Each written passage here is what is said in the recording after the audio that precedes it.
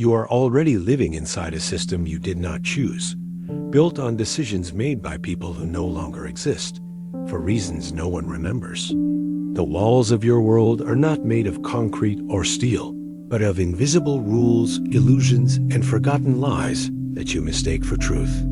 As you listen, one by one, those walls will begin to crumble until you are left staring into the hollow machinery of reality itself. You wake up every morning with the impression that today is simply the next page of your story that yesterday preceded it, that tomorrow will follow, and that this fragile string of days stretches behind and ahead of you like a continuous thread. You never question the thread because without it, the self disintegrates. But what if continuity is not real? What if your sense of yesterday is only a fabrication stitched together by fragile memory, and tomorrow is nothing more than a hallucination you have been conditioned to accept? Neuroscience has shown that memory is not an archive, not a film, real stored somewhere in the folds of your brain. It is reconstruction, an act of invention. Every time you recall a moment, you do not play back a recording, you rewrite it, alter it, bend it, unconsciously reconfigure it into something new. Elizabeth Loftus demonstrated this with brutal clarity in her studies of false memories. Participants were convinced that they had been lost in shopping malls as children, or that they had met Bugs Bunny at Disneyland Impossible events, implanted so deeply that they carried the texture of lived experience. Memory, then, is not what happened. It is what your mind permits you to believe happened. And if memory is invention, then your past is not solid ground, but shifting sand. Everything you think has defined you, your traumas, your victories, your private humiliations is malleable, revised each time you dare to look back. Even the story you're telling yourself about who you are right now is already a distortion, already dissolving. You are not the product of lived history. You are the residue of repeatedly edited lies. But if your past is unreliable, what exactly anchors your sense of self? If you cannot prove yesterday with certainty, what proof do you have that you were not simply conjured into existence this very morning, with a mind full of fabricated memories to make you believe in continuity? How can you separate a long life from a well-furnished hallucination? You think of time as a river flowing steadily from the past, carrying you into the future, dragging the present along with it. But that river is only in your imagination. Physics does not find a current, only a frozen landscape. Past, present, and future exist all at once, layered like pages of a book you cannot flip through. What you call the passing of time is not an external reality, but the shuddering of your nervous system, the rhythm of a body decaying. Einstein wrote it plainly in a letter. The distinction between past, present, and future is only a stubbornly persistent illusion. Blocked universe theory, grounded in relativity, states that every moment exists eternally, but your mind perceives a slice of it and mistakes the slice for movement. Imagine a film reel. The frames already exist, lined up, unchanging. Your consciousness is the projector, making the still frames appear to flow. The movie feels alive, but nothing actually moves. You confuse perception with reality. Your brain betrays you here too. In experiments on temporal binding, scientists found that when two events occur close together, pressing a button and hearing a tone, your mind compresses the gap, forcing them to feel simultaneous. Your brain edits time. It rearranges cause and effect. The world does not unfold smoothly. It is stitched together in retrospect by a nervous system desperate for coherence. Consider déjà vu, that uncanny conviction you have already lived a moment. Neurologically, it may be a glitch of processing speeds, the event being registered twice first as perception, then as memory. But from the inside, it feels like prophecy, a reminder that the present may already be written. If your brain can give you the false sensation of reliving, what confidence do you have that living itself is not a recursive echo, endlessly replayed. Your life feels like a story, but it might be nothing more than one frame of an eternal structure. A sculpture of space-time where nothing changes, nothing flows, and your choices are as predetermined as the ending of a film you have not yet seen. You call it freedom because you cannot see the real dot. So if the future already exists, if every action has already unfolded in a frozen dimension where all your mistakes are carved forever, then what does it mean to pretend you are choosing anything at all? You cling to history as if it were a chain of certainty dates, events, names etched in stone. You imagine the past as a stable ground from which the present rises. Yet history is not a record. It is a construction, brittle and pliable, reshaped by those who survive and those who rule. You have been taught that history is memory on a grand scale, but it is closer to propaganda that calcified into myth. Consider the phrase, history is written by the victors. It is not a metaphor, it is a confession. The defeated leave behind bones, ruins, artifacts stripped of context. The survivors write the story, and you inherit the illusion that this story is truth.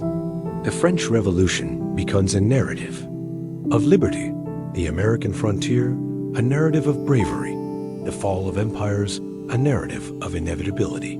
But each story omits as much as it includes. You are given a polished skeleton while the flesh rots unacknowledged. Archaeology reveals this omission with ruthless irony. Entire civilizations are known to us only through fragments, a tablet here, a ruin there. The Indus Valley civilization, flourishing for centuries, left behind undeciphered scripts. We do not know their language, their gods, their rulers, or even their collapse. They existed longer than most modern nations, and yet to you they are a footnote, a ghost flickering in museum glass. History cannot recover what has been erased. It stitches speculation into silence and calls the patchwork knowledge. Even when documents survive, they warp with time. In the Middle Ages, Christian scribes transcribed classical texts, censoring or altering what clashed with doctrine. What you know of ancient philosophy has passed through filters of faith and power. Imagine your own life written by an enemy. How much would survive uncorrupted? And yet the history you swallow daily is exactly that, narratives composed by those who had the authority to silence others. Psychology intersects here with devastating precision. The collective memory of a society works like the memory of an armory. Individual, selective, reconstructive, fragile. Just as your personal memories are edited each time you recall them, so too are cultural memories rewritten to serve the present. Benedict Anderson called nations imagined communities because they exist not as physical entities, but as shared myths.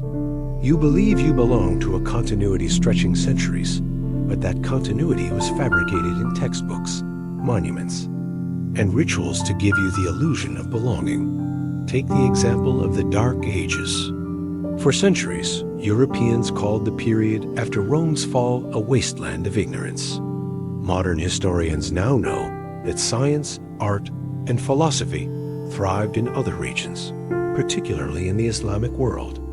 The darkness was not universal. It was an invention of later scholars who wanted to glorify the Renaissance by contrasting it with a fabricated void.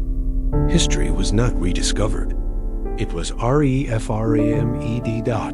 And then there is forgetting the most violent historian of all. The burning of the Library of Alexandria is often romanticized as the great loss of human knowledge, but smaller, quieter erasures happen constantly. Languages die. Oral traditions collapse when their last speakers vanish. In the 20th century alone, countless indigenous histories were annihilated, reduced to folklore in the eyes of colonizers. Imagine entire ways of perceiving the world, cosmologies, moral systems, philosophies disappearing into silence, never to be recovered. What remains is not the past, but a mutilated corpse of it, a carefully posed cadaver. What does this mean for you? It means that your understanding of where you come from is not yours. It was engineered. The textbooks in your childhood classroom were not mirrors of reality. They were blueprints for obedience. They told you which wars mattered, which names deserved reverence, which atrocities should be minimized or erased. You believed them because you had no alternative. And now, as an adult, you carry those myths like internal architecture, unable to tell where your genuine memory ends and the story you were forced to adopt begins. You may think you are free from such manipulation in the modern age, but propaganda has only evolved. Digital archives can be altered, search results curated, images falsified. Future generations may look back at your present through layers of digital decay, through platforms that censor or rewrite, through governments that sanitize. What fragments will remain of you? Perhaps not even your words, but only the interpretations imposed on them by others. The horror is this: history does not tell you who you are. It tells you who you are allowed to be. You inherit not truth, but permissible fictions, designed to give coherence to chaos.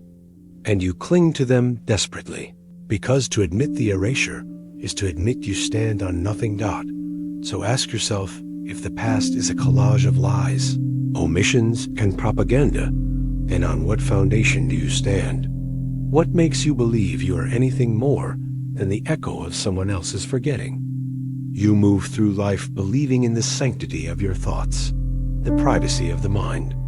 You tell yourself that no matter how controlled the world becomes, what unfolds inside your skull belongs to you alone.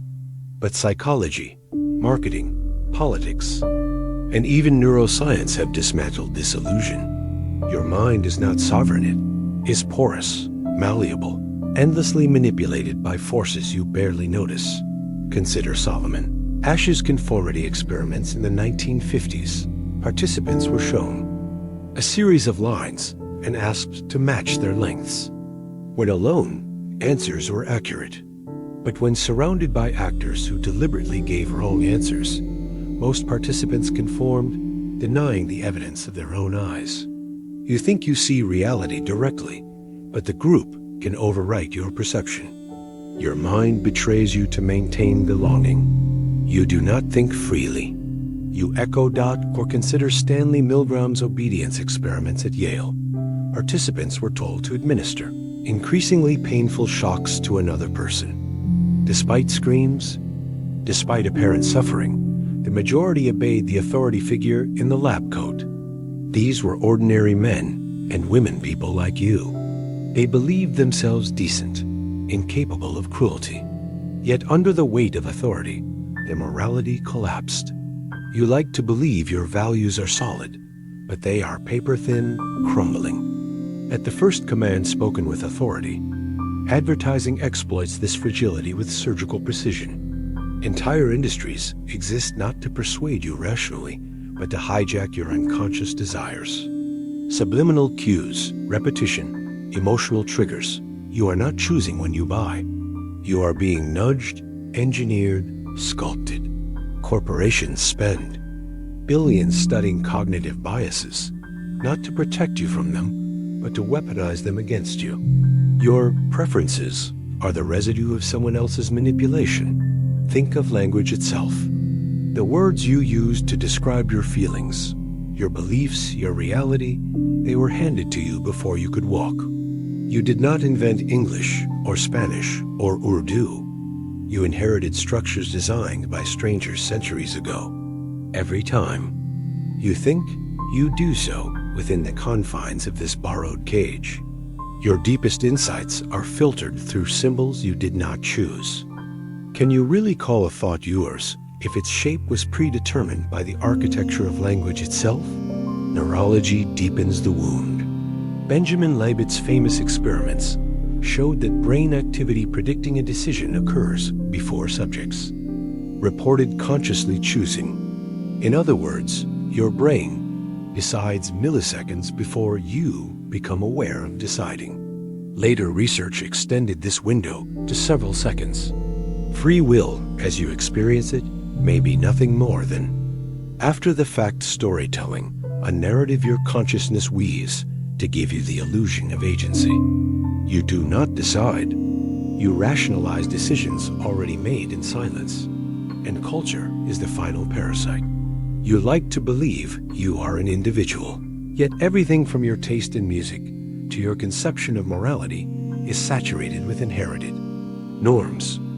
If you had been born in another century, you would have killed, enslaved, worshipped, or sacrificed without hesitation. The person you are now is not the product of independent reasoning, but of historical accidents and cultural indoctrination. What you call you is nothing more than a cultural mask stitched onto biological impulses. Ask yourself, when was the last time you had a thought that was truly yours, one not planted by education, media, authority, tradition, or neurology? When was the last time you shaped a belief that did not arise from manipulation, accident, or imitation? Can you even be sure such a thing is possible? And if you cannot, then who or what is really thinking when you think? You tell yourself there is a you, a core identity, stable and continuous, watching from behind your eyes. You believe this self has desires, beliefs, memories, and that these form a unified whole. But the closer you look, the less you find. Neuroscience, philosophy, and psychology converge on the same conclusion. The self is not a thing. It is a process. And processes can be disrupted, fragmented, erased. David Hume noticed this centuries ago. When he turned his attention inward, searching for the self, he did not find a core essence. He found only perceptions, thoughts, sensations, feelings endlessly arising and dissolving. I never can catch myself at any time without a perception, he wrote. The self, for Hume, was nothing more than a bundle of experiences, loosely tied together by memory and habit. Strip away those bindings, and the you disappears. Modern neuroscience supports his suspicion. Split-brain patients, those corpus callosum has been severed to treat epilepsy, demonstrate two separate streams of consciousness within one skull. The left hemisphere can act independently of the right, each with its own perceptions, desires, and even beliefs. Which half is the true self? Both? Neither? The unity you rely on is fragile, dependent on a thin strip of tissue. Slice it, and you fracture into multiple selves, each convinced it is the original. Even in the intact brain, the illusion of unity falters. Experiments in cognitive psychology show how much of your behavior is driven by unconscious processes. You open doors, finish sentences, avoid dangers before you even realize what you are doing. The conscious self is more like a commentator than a commander reporting on actions already underway, inventing reasons for choices you did not truly make. You believe you are the driver of the car, but you are more like the passenger inventing stories to explain where the car has already gone. Identity itself is fluid, context-dependent. In one setting, you are obedient. In another, rebellious. Around one person, you are confident. Around another, timid. You think of these as masks, hiding the true self beneath. But what if the masks are all there is? What if the self is simply the shifting constellation of roles, responses, and narratives, flickering moment by moment with no core beneath them? Consider amnesia. A blow to the head, a stroke, or a degenerative disease can erase decades of memories, leaving behind a person who speaks the same language, walks the same streets, but feels no continuity with the past. Are they still the same self? Or did the old self die when the memories dissolved? If continuity of memory is the glue of identity, then what happens when memory can be altered, erased, or fabricated? Are you prepared to admit that the you listening now may not be the same you who woke up this morning? Buddhism has long taught the doctrine of anatta no self, the idea that clinging to a permanent self is the root of suffering. because no such permanence exists. You are a process of causes and conditions: biology, genetics, environment, culture. A flowing river, not a fixed stone. Yet you resist this truth with all your strength, because without the illusion of self, the meaning of your life begins to dissolve. And here lies the most disturbing thought. If the self is an illusion, then who exactly is suffering? Who exactly is longing? Who exactly is afraid? The very subject you cling to is a phantom, a hallucination produced by neural circuits, evolved not to reveal truth, but to ensure survival. So if you are nothing more than a shifting bundle of perceptions, memories, and impulses constantly, rewritten, fragile, contingent, then what is left when all of those dissolve? Who is listening right now, if not a ghost? You assume that consciousness, the vivid inner glow of experience, is the most certain thing you possess. Everything else can be doubted, but not the feeling of being aware. Yet the more science and philosophy probe into consciousness, the more it unravels into contradiction. It is not a substance. It is not a location in the brain. It is not even necessary for most of what you do. Consciousness is a fragile surface effect, a trick of light dancing across neural machinery, and perhaps not even real in the way you believe. Philosophers call this the hard problem of consciousness. We can measure brain activity. We can trace neural signals. We can predict behaviors, but nowhere in this circuitry do we find the feeling of red, the taste of salt, the ache of sorrow. Neuroscience reduces experience to firing neurons, yet no amount of firing explains why it feels like something to be you. The gap is enormous, perhaps unbridgeable. Your entire existence rests inside that gap. Consider blindsight. Patients with damage to their visual cortex claim to be blind, unable to see. Yet when asked to guess the location of objects, they point accurately. Their brains process the information without conscious awareness. They see without seeing. What does this reveal? That consciousness is not required for perception. Your brain can navigate, process, respond all without the you that thinks it is in charge. The world enters you silently, invisibly, with no need for awareness, or take the phenomenon of automaticity. Skilled pianists can play complex pieces while holding conversations. Drivers navigate roads while daydreaming about work. These actions unfold without conscious control. Consciousness lags behind, like a news anchor describing events after they've already occurred. If most of your life unfolds unconsciously, what exactly is the purpose of this fragile inner glow? Some neuroscientists suggest it is nothing but a byproduct, a side effect of complex neural activity, like the rainbow shimmer on a bubble. Beautiful, but meaningless. If that is true, then your deepest sense of self is epiphenomenal, irrelevant to the machinery of your existence. A passenger carried along by processes that neither need nor notice it. Theories compete to explain it. Integrated information theory claims consciousness is the integration of data across systems, a measure of how much information the system contains. Global workspace theory imagines consciousness as a spotlight, broadcasting certain neural events to the rest of the brain. But both reduce you to mechanics, to flows of signals with no inherent subjectivity. If they are right, then what you call awareness is simply the byproduct of data being shuffled and synchronized. A system that feels like someone but isn't.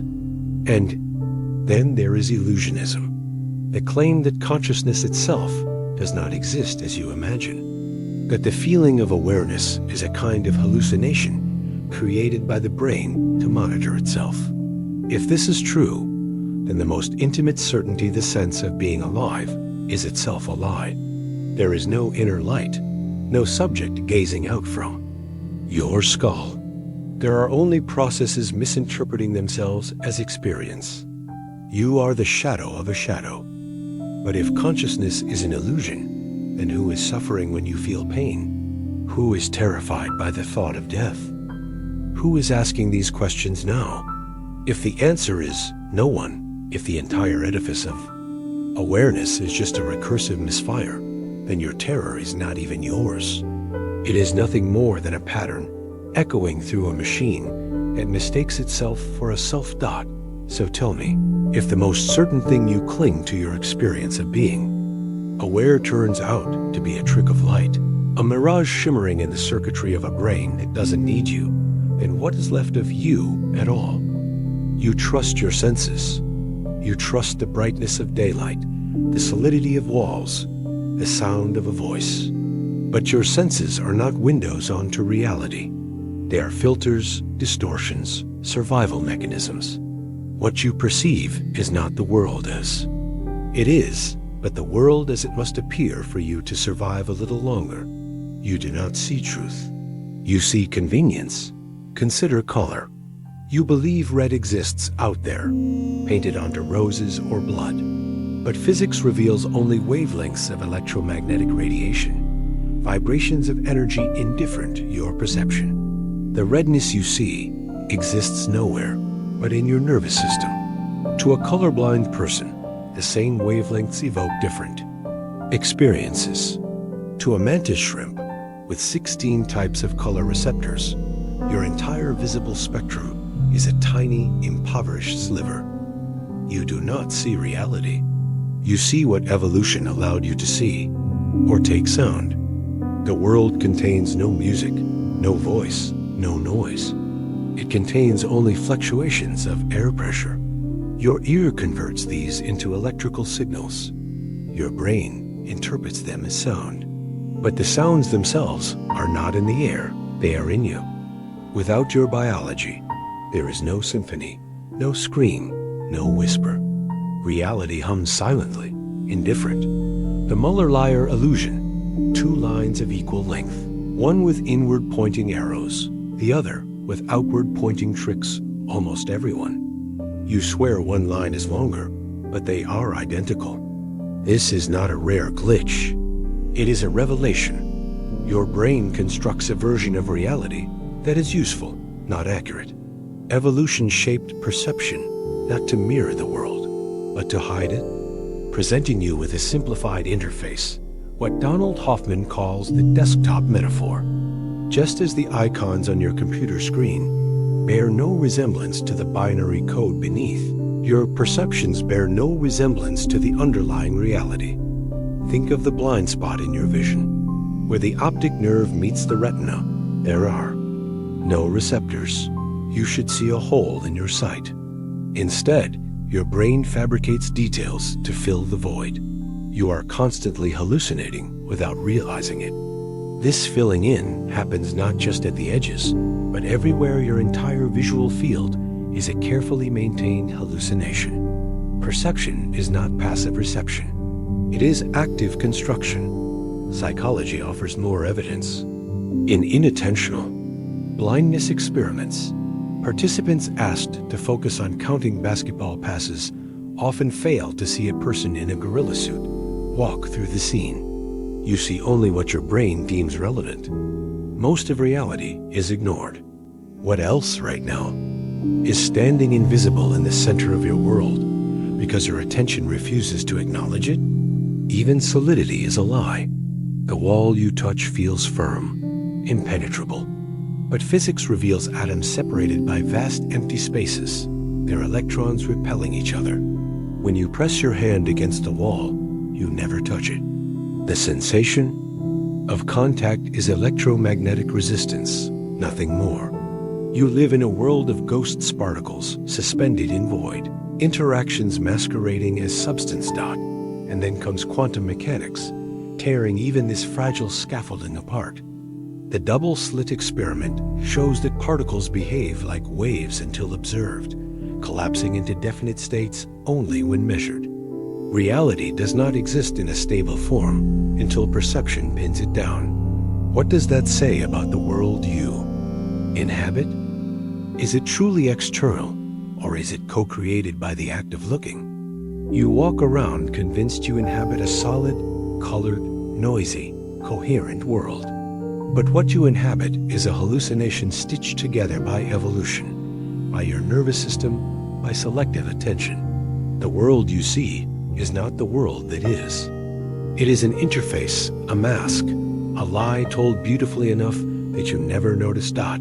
So if your senses deceive you at every level, if the world you trust is a hallucination sculpted for survival, not truth, then what, exactly, have you ever really seen? You walk through life as if the universe were a stage designed for you, as if your existence held some kind of built-in importance. You measure time in human lifespans, distances in human journeys, meaning in human stories. But the universe does not even notice you. Its scale, its indifference, its violence, all expose the same truth. You are not at the center of anything. You are not even at the margins. You are an accident that thinks it matters. Look up at the night sky. The stars you see are already gone, their light delayed by years, centuries, millennia. You are looking into the past, at ghosts that may no longer exist. Our galaxy alone contains over 100 billion stars. Astronomers estimate at least 2 trillion galaxies populate the observable universe. And yet, here you are, confined to a planet, smaller than a speck, orbiting a star that itself is nothing special, one of billions, in a mid-sized spiral galaxy drifting through silence. Do you still feel central? Even Earth itself is a fluke. The planet exists not because it was destined, but because random processes allowed a narrow band of conditions to persist long enough for chemistry to stumble into biology. The anthropic principle seduces you into thinking that the universe was made to fit your needs. But in truth, it is the other way around. You exist only because improbable conditions happen to coincide. A fraction of a chance gave you this temporary stage dot, and biology strips away the romance further. Evolution did not sculpt you with purpose. Natural selection is blind, favoring only reproductive success. Every trait you cherish, your intelligence, your morality, your creativity arose, not because they serve a grand cosmic design, but because they happen to help your ancestors survive long enough to pass on their genes. You are not the pinnacle of creation. You are a side effect of survival strategies. Even consciousness itself may be nothing more than an expensive adaptation, destined to vanish as soon as it is no longer useful. Now consider time. The universe is 13.8 billion years old. Humanity has existed for less than 300,000. Civilization itself only about 6,000. If the entire age of the universe were compressed into a single year, modern humans appear in the last few minutes before midnight on December 31st. Your life, then, is a flicker within a flicker gone before the second hand even ticks. Does a flicker matter to the void? And what of the future? Entropy guarantees that everything collapses. Stars will burn out. Galaxies will darken. Eventually, even atoms may decay. The universe is not headed toward order, but toward heat death, an endless, featureless expanse where no complexity, no memory, no thought can exist. Whatever you build, whatever you believe, whatever you love, it will dissolve into that final silence. You cling to meaning, but the cosmos is heading toward erasure. History only compounds the indifference. Civilizations rise, believing themselves eternal, only to vanish into dust. The Mayans, the Sumerians, the Egyptians, they believed their gods and monuments would last forever. Now they are ruins, studied by strangers, their meanings half lost. Do you think your own civilization will be any different? A few artifacts might remain, misunderstood by whatever comes next. But the vast majority of your story will be forgotten. You, who feel so irreplaceable, will be erased as though you never were. This is the brutal truth. The universe does not know your name. It does not care about your suffering, your joy, your justice, your grief. It does not bend to your wishes. It will not mourn your absence. It is vast, blind, and silent, and it will go on without you, exactly as it always has done. So if the universe has no meaning, no plan, no place carved out for you, then what is the point of pretending you matter at all? You cling to the idea of choice, as if it were the last refuge of dignity. You believe that when you act, you are exercising freedom, that your decisions emerge from some inner core, untouched by the machinery of the world. But science, philosophy, and psychology have spent centuries dismantling this belief. What you call free will is not freedom. It is a narrative woven after the fact to explain actions already set in motion.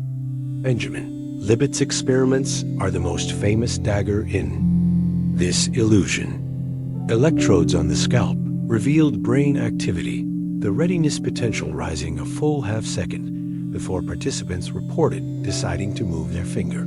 The brain began the action first, and only afterward did the conscious self register the decision. Later studies pushed this delay further, several seconds of unconscious preparation before you believed you had chosen. By the time you think you decide, the decision has already been made. The implications are unbearable. The moment you think, I will lift my hand, the process is already underway, launched by unconscious machinery you cannot control. Your consciousness merely observes the event and fabricates the illusion of authorship. You are like a commentator watching a pre-recorded game, narrating moves as though they were happening in real time. Neuroscience compounds the horror. Your actions are influenced by genetics you did not choose, by environments you did not design, by memories you did not curate, the food you crave, the fears you hold, the biases that guide your judgments. All of these are products of causes outside your control. You are the endpoint of a causal chain stretching back through ancestors, through physics, through the birth of the universe itself. Tell me, where, in this endless chain of necessity, do you find freedom? Philosophy has long circled this abyss. Determinists argue that every event, every thought, every movement is the inevitable consequence of prior conditions. If that is true, then your life is a script written long before you spoke your first word. Even randomness offers no rescue. A coin toss does not grant freedom. It merely adds noise to the system. If your choices are determined, you are not free. If they are random, you are not free. Where then is your will? Psychology only sharpens the blade. Studies reveal how easily your choices can be manipulated without your awareness. The priming effect shows that subtle cues, words, images, even smells influence decisions you believe are independent. Shoppers buy more French wine when French music plays in the background. Voters alter political preferences depending on the order of names on a ballot. You think you are choosing. You are being steered. Consider addiction. The addict insists they will quit tomorrow, but tomorrow never comes. Neurochemistry overrides intention. The brain's reward system hijacks behavior, indifferent to conscious resolve.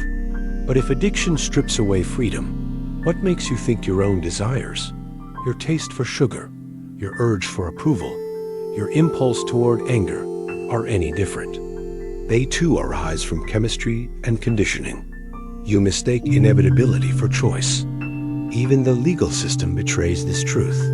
Courts punish or absolve based on whether a person could have chosen otherwise.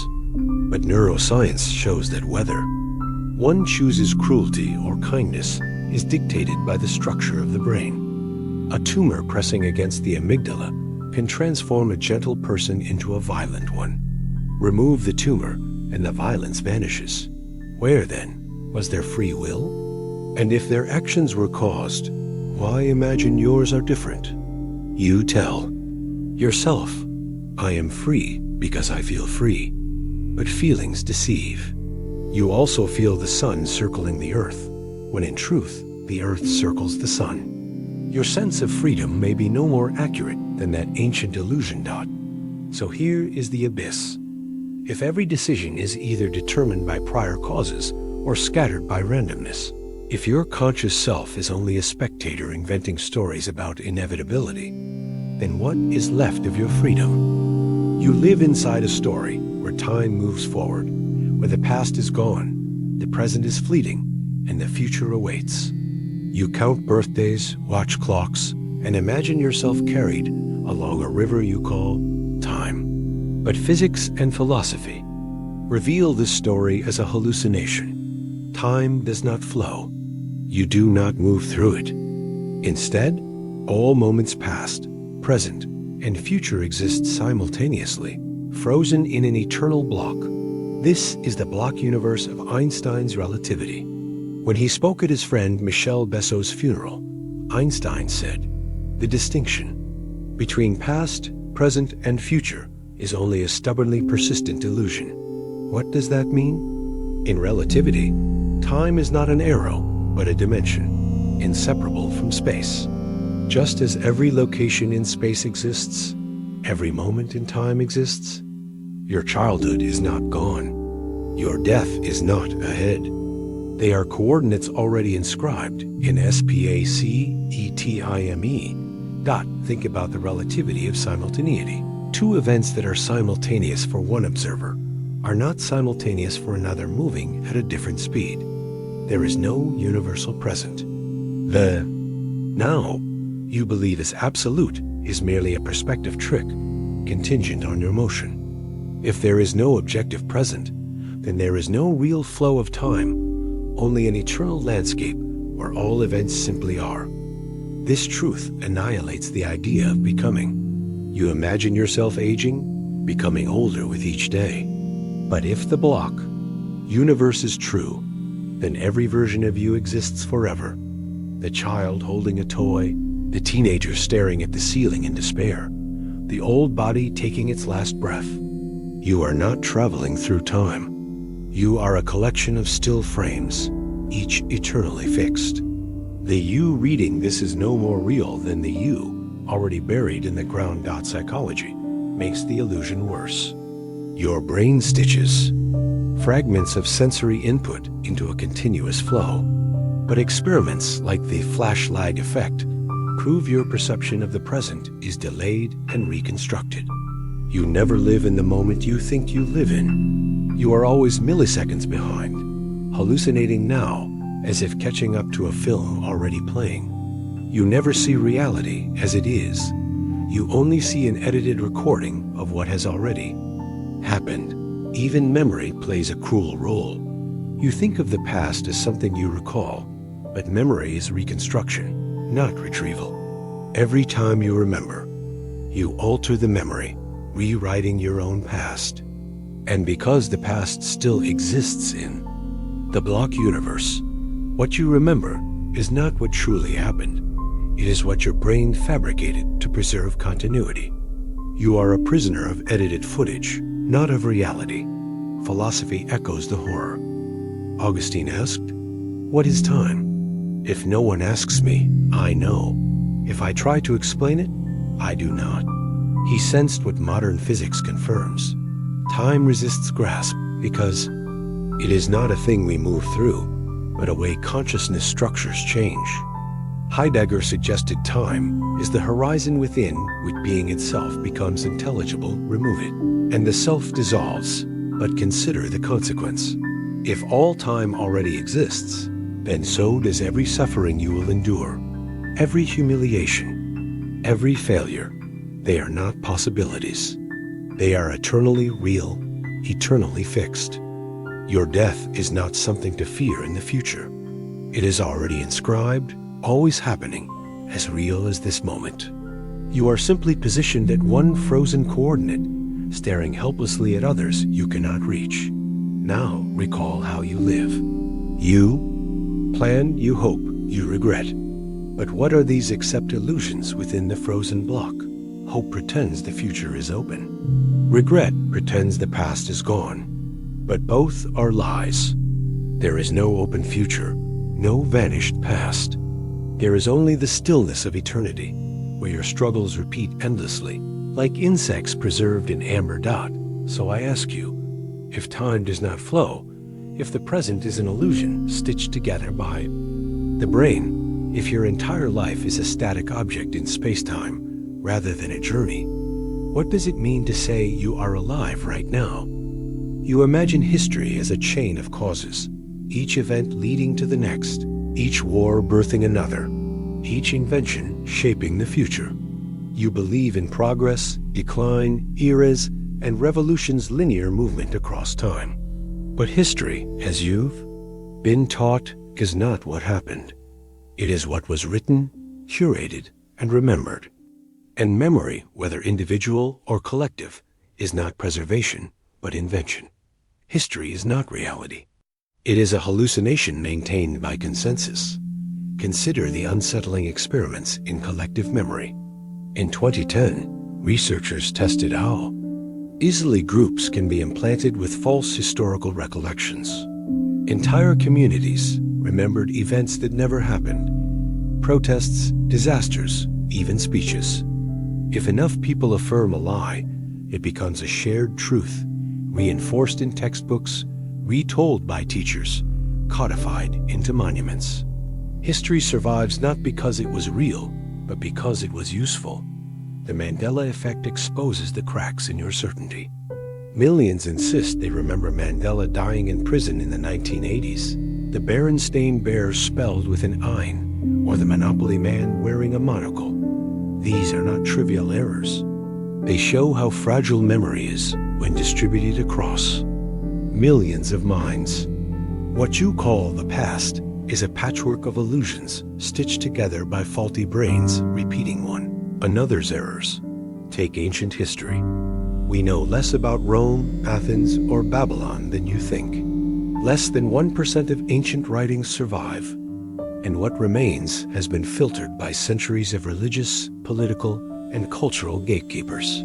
The glory of Rome or the genius of Greece is not the truth of those civilizations. It is the story preserved by those who won, those who had the means to write, those whose parchments survived mildew and fire.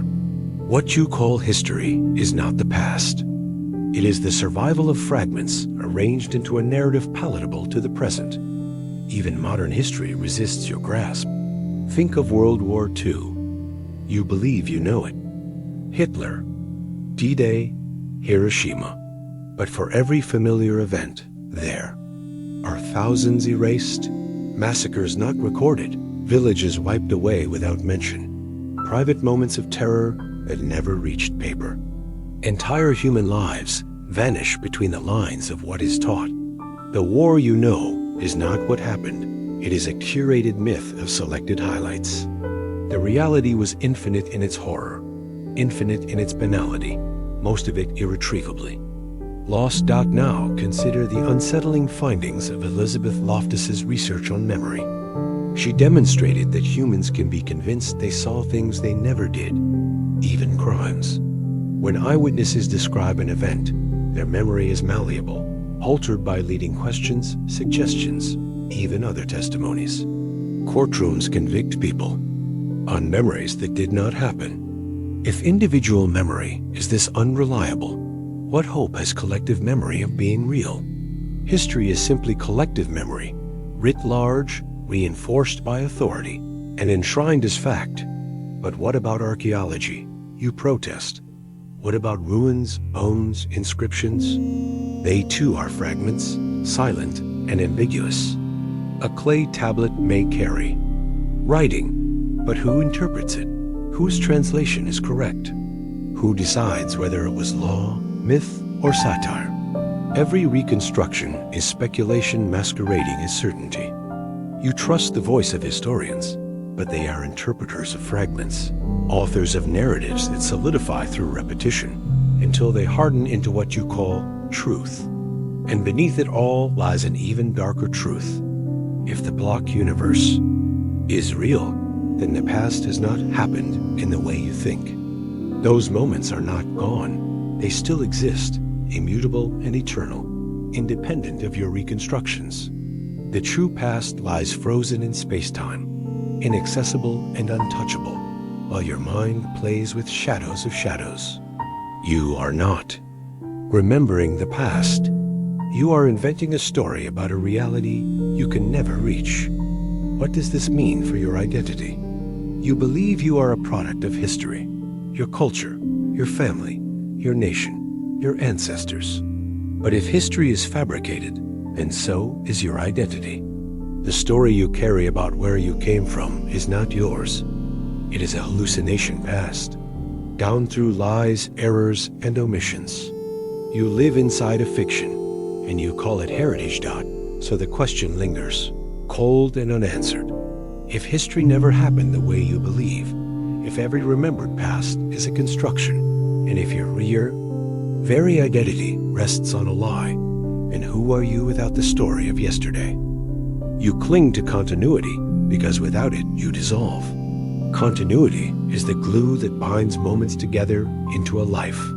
It is the illusion that the child you once were became the adult you are now, that the dreams of yesterday shape the decisions of today, that the arc of tomorrow is drawn by the momentum of the past.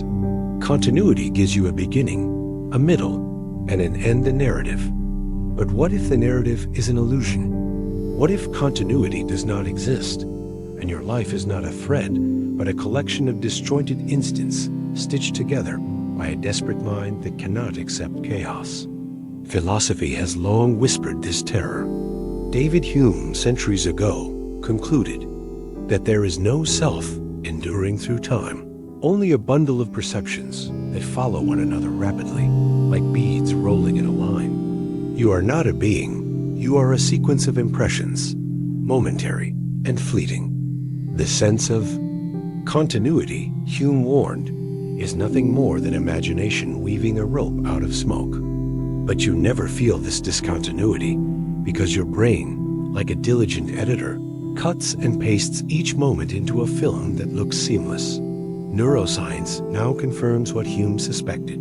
The brain does not record reality continuously. Instead, it samples fragments of sensory, input snapshots in intervals as short as 30 milliseconds, and stitches them together. Between those intervals, you cease to exist. You black out, only to be resurrected a fraction of a second later. But your mind erases the gaps, smoothing over the voids, so you believe in an unbroken line of consciousness. Continuity is not a fact. It is an editing trick, a narrative illusion performed by neurons to keep you sane. Take déjà vu. In that unsettling moment when you feel you've already lived a present experience, what you are encountering is a rupture. In continuity, your brain processes the event twice, out of sync, and the second feels like a memory. Déjà vu is not a glimpse into a past life or fate. It is evidence of the cracks in your illusion. Continuity falters, the mask slips, and for a second, you feel the terrifying instability beneath. Think of sleep. For 8 hours each night, continuity is shattered. You disappear, replaced by dreams, fragmented worlds that obey no chronology, no physics, no logic. Yet when you wake, the illusion resumes. You say, "I slept," as though the same you reached the void. But in truth, you vanished. The continuity you assume was never there.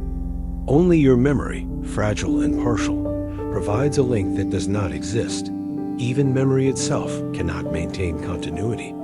Studies show that when you recall a past event, you alter it. Each retrieval corrupts it further, rewriting what was into. What now fits your expectations? Continuity, therefore, is not a line connecting real events, but a sequence of false recollections that bend and warp each time they are summoned. Your past is not preserved. It is continually destroyed and replaced. With fabrications. Now consider trauma. Survivors often describe broken time, seconds expanding into hours, or entire stretches vanishing into blanks. Trauma exposes the fragility of continuity because under stress, the brain fails to perform its stitching. You glimpse the raw disjointedness of existence. Moments without order, consciousness splintered. What you call normal time is simply when your mind successfully maintains the illusion. Trauma reveals the default state -chaos.physics too undermines your thread. The block universe suggests all moments exist simultaneously. If every moment is eternal, then continuity is not a flow. It is a traversal, an illusion of moving through a frozen landscape. You believe you are becoming, but in reality, you are static, already every version of yourself, all at once. There is no arc, no unfolding story, only a fixed mosaic of instants you mistake for motion. Continuity is the false motion of a still image, like a flipbook tricking your eyes. This collapse of continuity leads to an unbearable question. If the self is not continuous, who are you? You imagine yourself as the same child who once held a toy, the same teenager who once dreamed of love, the same adult reading these words. But if continuity is false, those selves are not you. They are isolated flashes, each extinguished the moment they ended. The child is gone. The teenager is gone. Even the you who began this sentence is gone. Only this present flicker exists briefly before vanishing into nothing. So perhaps the ultimate horror is this: there has never been a you. There has only ever been this moment, endlessly replaced by another. Continuity is the ghost you conjure to keep from realizing you have never lasted long enough to exist. You live your life convinced there is an observer inside you, some stable presence behind the eyes, a silent witness watching every thought, every feeling, every event. You imagine this observer as the real you, untouched by the chaos of experience, a quiet vantage point from which life is seen and judged. It is the reason you feel you are the same person from childhood until now, the reason you believe you are more than mere chemical reactions. But what happens when you realize this observer does not exist? What happens when the vantage point itself dissolves? Neuroscience whispers a truth most people cannot bear. There is no homunculus in the brain, no central seat of consciousness where experience is gathered and observed. The self is not located anywhere. It is distributed, fractured, scattered across neural processes that never converge. Your sense of an inner witness is an illusion born from the brain's desperate attempt to unify countless signals into a single perspective. But remove the illusion, and you find there was never anyone behind the eyes, only patterns. Only activity. The philosopher Thomas Metzinger called this the phenomenal self-model. What you call I is nothing more than a simulation, a model the brain creates to predict and control behavior. It feels real because the model hides itself. It never reveals its machinery, only the result. You feel like an observer because the brain models being someone and then presents that model as reality. But there is no one inside, no hidden entity watching.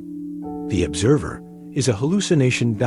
Think of when you drive a car on a long road and suddenly realize you cannot recall the last 10 miles. The body acted, decisions were made, corrections performed, but you were absent. Who drove the car? Not the observer, because there was none. Consciousness is not required for action. The mind can function perfectly without the illusion of a witness.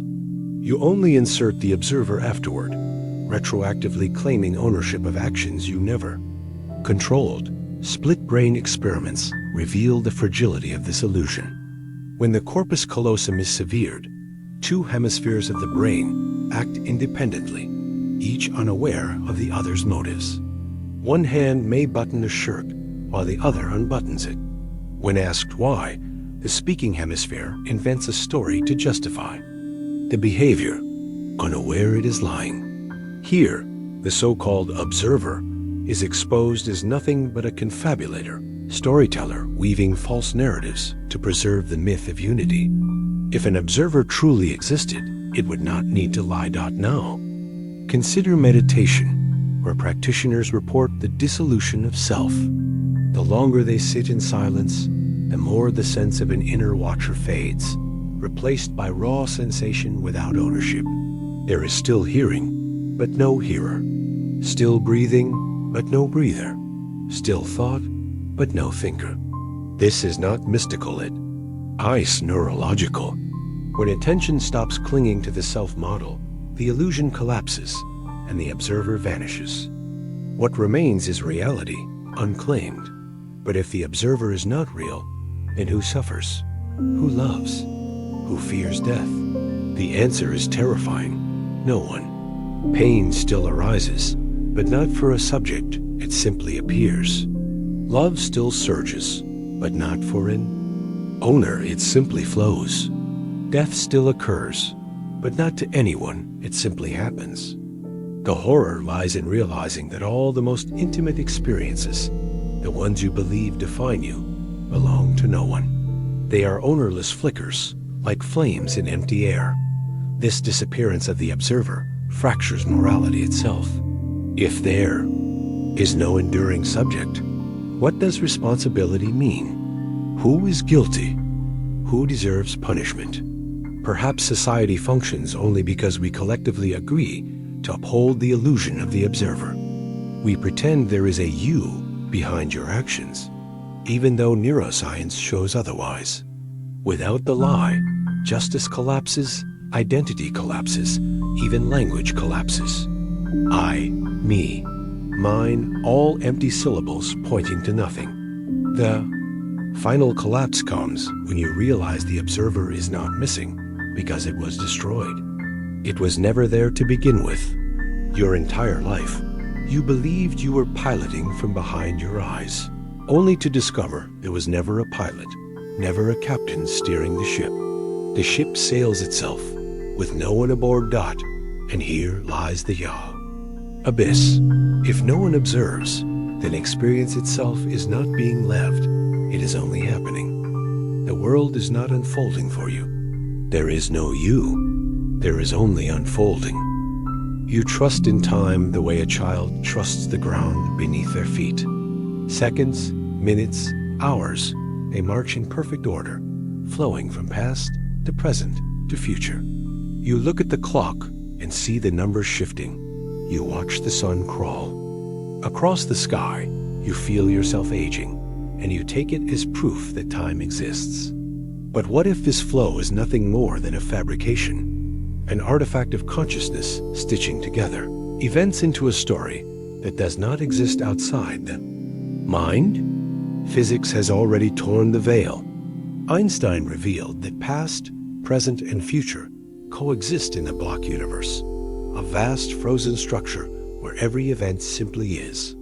There is no river flowing, no privileged moment called now. The universe does not distinguish between yesterday and tomorrow. It holds them equally, like frames on a reel of film. What you call the present is nothing but the frame currently illuminated by the projector of consciousness. Remove the projector, and the illusion of flow collapses. Neuroscience reinforces the nightmare. Studies of perception show the brain does not live in the present moment. It lags by hundreds of milliseconds, continuously buffering and stitching sensory input into a seamless narrative. When you clap your hands, the sound you hear is not the sound as it occurred, but the brain's reconstructed version, delayed and synchronized. You never experience reality as it is. You experience the brain's edited film. What you call now is always already past. This raises a horrifying possibility. Maybe you have never experienced the present at all. Maybe the present is a lie, a placeholder your brain uses to give you the illusion of orientation. You think you exist on the edge of the future, but in truth, you float in a ghostly reconstruction, forever behind reality. You live not in the world, but in its echo. And what of memory? You imagine it as a record of the past, but it is not. It is reconstruction, rewritten each time, altered by suggestion, reshaped by context. If memories are unreliable, then your past is a fiction. If perception is delayed, then your present is a fiction. And if the future already exists in the block universe, then your future is not something waiting to be written. It is already there. Time itself becomes a fabrication, a story told to tether you to a false continuity. Consider déjà vu, that eerie moment when you feel you have already lived this instant before. For centuries, it was treated as a mystical glitch. Now science suggests it arises when the brain circuits misfire, processing the same perception twice and presenting it as memory. You experience the present as though it has already happened, exposing the fragile stitching between memory. And now, déjà vu is the mask slipping. It reveals that your sense of temporal flow is a construct, easily disrupted. If time is fabricated, then free will collapses. You do not stand at the crossroads of the future, choosing one path among many. Every choice has already been made. The path has already unfolded. Your feeling of deciding is simply the brain's narrative superimposed on an outcome that was inevitable. You are not an author. You are a character reading lines that have already been written. The implications grow darker. If the future already exists, then so does your death. Not as a possibility, but as a fixed point, etched into the fabric of space-time. You do not move toward it. You are already there. The moment of your last breath, your final silence, coexists with the moment of your birth. The only thing hiding it from you is the illusion of flow. The brain spares you by pretending. The future is not yet real, but in the block universe, you are already gone. What then is the now? Perhaps nothing more than a survival mechanism. By fabricating time, the brain gives the organism a way to act, to anticipate, to plan. Without the illusion, you would be paralyzed, staring into the frozen totality of existence. Time is not truth. It is anesthesia, shielding you from the unbearable knowledge that all has already occurred. The terror lies in the realization that you never move through time. You are pinned like an insect in amber at every point in your life simultaneously. You feel yourself flowing, aging, becoming, but this is the greatest trick of all. There is no flow. There is no becoming. There is only being spread across the structure of spati me dot. And if time is a fabrication, then so too is your life. It is not a story with a beginning, middle, and end. It is a sculpture complete, unmoving, eternal. You never go anywhere, because you are never moving to begin with. You are always still. You are always already finished. You believe you are free. You wake up, decide what to eat, which path to take to work, what words to speak, what dreams to chase. You feel the weight of responsibility because you think those choices are yours. You imagine yourself as an autonomous agent steering a life through infinite possibilities. But what if that freedom is an illusion? What if every decision you have ever made was the inevitable output of machinery you do not control? Neuroscience has already cracked the door open. In the 1980s, Benjamin Libet's experiments revealed something deeply unsettling. When people were asked to make a spontaneous decision like pressing a button, the brain registered the intention milliseconds before the person became consciously aware of choosing. The decision had already been made at the unconscious level. Consciousness was just informed afterward, like a news anchor reporting on events that had already happened. Subsequent experiments with brain scanners pushed this further. Patterns of neural activity could predict a person's decision up to 7 seconds before the individual reported making it.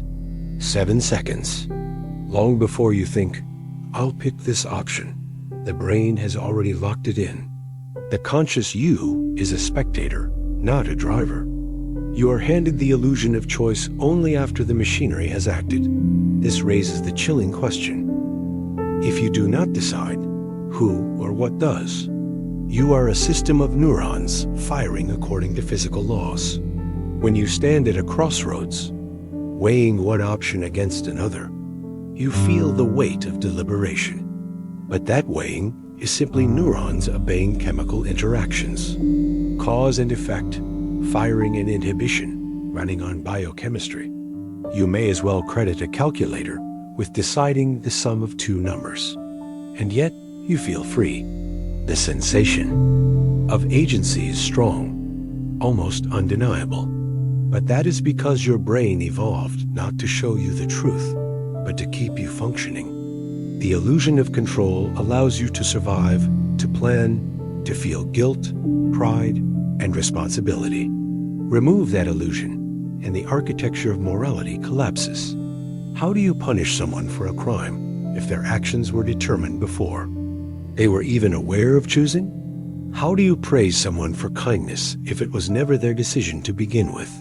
The nightmare deepens when you realize society itself is built on the machinery of choice. Laws, justice, ethics, ambition all assume free will. Without it, guilt and innocence vanish, replaced by inevitability. A murderer is not evil. They are a system of neurons that fired according to circumstance. A hero is not noble. They are the inevitable sum of their genetics and environment. The categories of sinner and saint dissolve into machinery grinding, a way with outcomes baked in from the start. And yet, you feel choice in your bones. You feel it when you hesitate, when you agonize over decisions. But even hesitation is machinery, a conflict between competing neural networks, each pushing for dominance. Eventually, one outweighs the other, and the decision is reached. Consciousness narrates it after the fact. I chose this. But in truth, the machinery chose. You are only watching. Philosophy has long suspected this. Determinism argues that every event has a cause, stretching back infinitely. If this is true, then your every decision was already embedded in the fabric of the universe at the moment of the Big Bang. Your choice to read these words, to continue listening, to breathe in this moment, it all unfolds inevitably, like dominoes, falling in a chain that began at creation. You never could have done otherwise. The feeling that you could have is the cruelest illusion of all. Some try to escape by clinging to randomness. Quantum mechanics, they say, introduces indeterminacy moments, when events are not determined. But randomness is not freedom. A coin flip does not grant choice. If your actions were the product of chance at the quantum level, you would not be free. You would be a puppet of probability. Your decisions, nothing more than noise. Whether by determinism or randomness, the machinery leaves no room for an autonomous self. The horror is that you are not making choices, you are being played out. Like a song encoded on a record, you are the needle tracing grooves carved long before. You feel yourself moving forward, improvising, deciding, but the track was etched ages ago. You are not the musician. You are the music being played. Yet something resists. Even when confronted with the evidence, you still feel choice.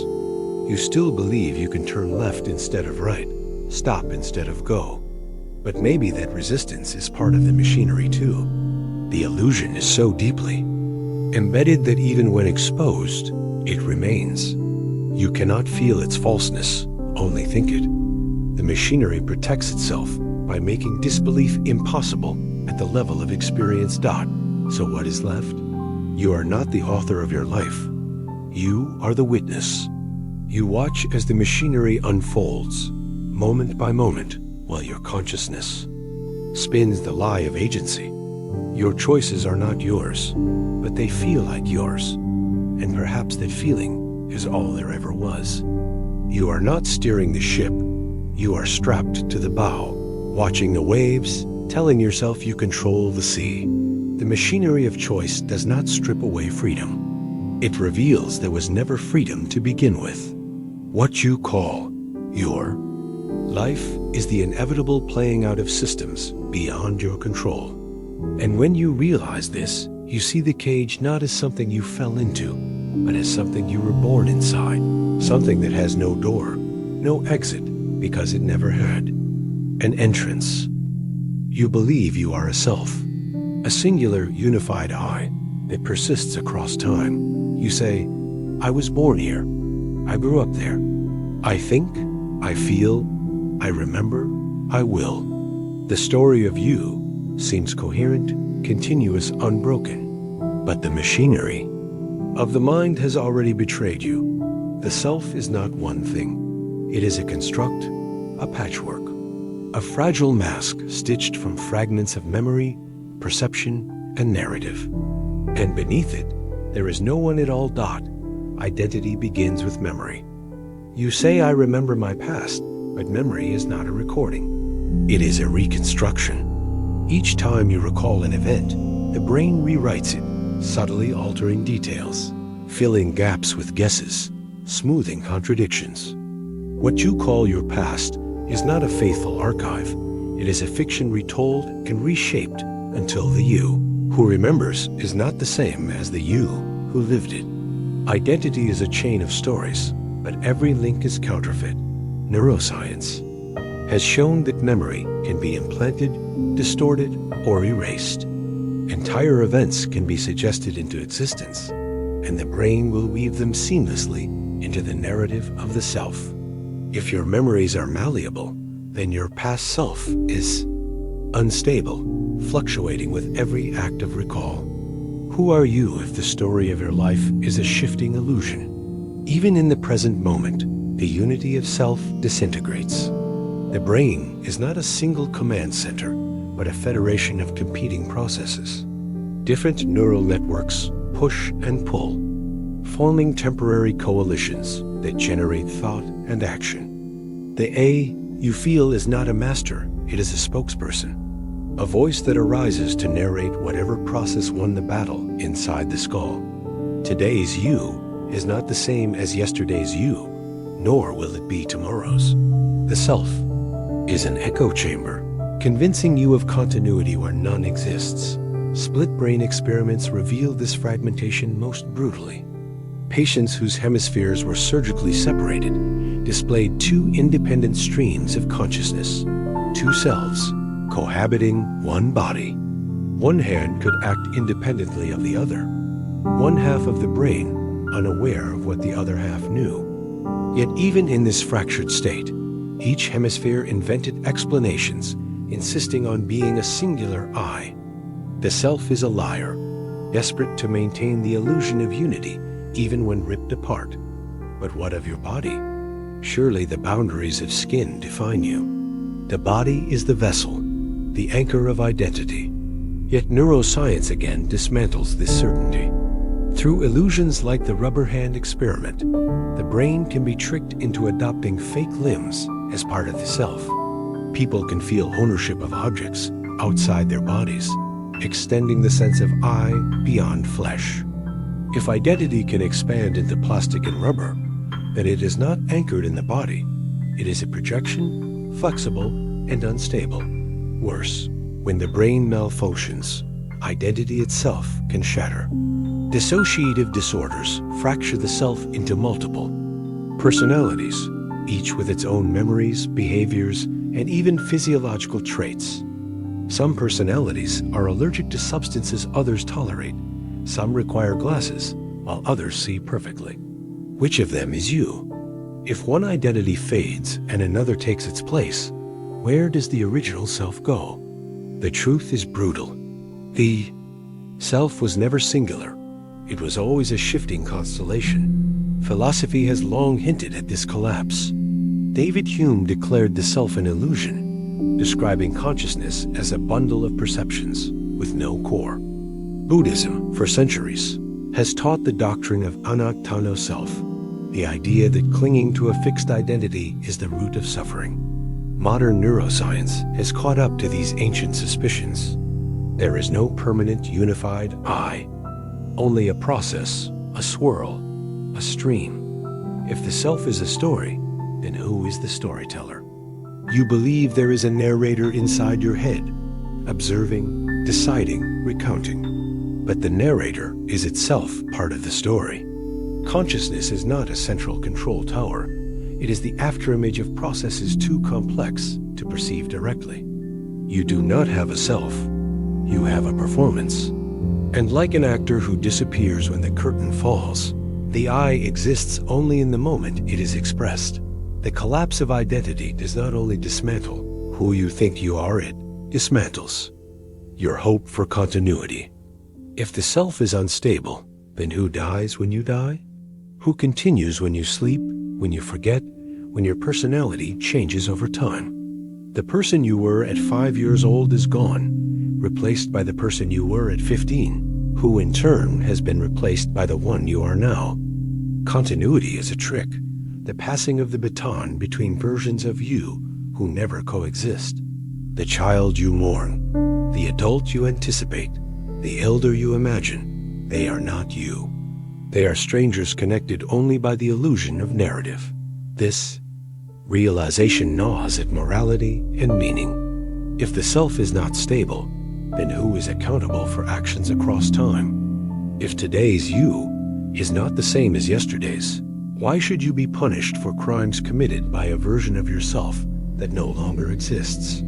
Why plan for a future self who is not you, but another? Responsibility, ambition, regret these. Rely on the fiction of identity. Without it, they evaporate, and yet you cannot let go. You continue to say I, to insist on your story, to fight for the survival of a self that is already gone. Perhaps this is the deepest cruelty, that the illusion of identity is necessary for sanity, even as it unravels under scrutiny. The collapse of identity does not simply reveal there is no one inside. It reveals that the belief in someone inside was the only thing holding the system together. You are not a self. You are not a story. You are not one thing at all. You are a process, a shifting mask, a theater of ghosts. And when the curtain falls, there will be nothing left to collapse, because there was never anyone there to begin with. Every human life is guided by the search for meaning. You wake in the morning, believing your choices matter. Your struggles build toward something. Your existence participates in a larger order. Religion offers salvation. Philosophy offers truth. Science offers discovery. Art offers transcendence. Everywhere, you are told that meaning is out there, waiting to be found, like a buried treasure beneath the chaos of the universe. But what if meaning itself is not found, but manufactured? What if the entire architecture of purpose is nothing more than another simulation produced by the brain to keep you moving forward? Consider evolution. Nature does not care about meaning. The mechanisms of survival and reproduction have no concern for poetry, morality, or destiny. Yet evolution sculpted minds that ache for purpose. Why? Because organisms who believed their lives mattered fought harder to survive, endured suffering with more persistence, and cooperated with others under the banner of shared narratives. The hunger for meaning is not evidence that meaning exists. It is a survival mechanism. Meaning is the carrot dangled in front of the human animal, pulling it through the brutal machinery of life. This becomes clear when you realize how easily meaning can be manipulated. A flag, a story, a slogan, a god, these symbols ignite devotion, sacrifice, and violence. Entire civilizations rise and fall on the power of shared fictions. People will starve, kill, and die for meanings that contradict one another, each side, certain their cause is ultimate and eternal. But if two contradictory meanings can both command absolute loyalty, then meaning itself is revealed not as truth, but as simulation, a system of illusions the brain and culture construct to justify action. Even personal meaning is not immune. You may believe your work gives life significance, but if you change jobs or shifted passions, a new story would quickly replace the old.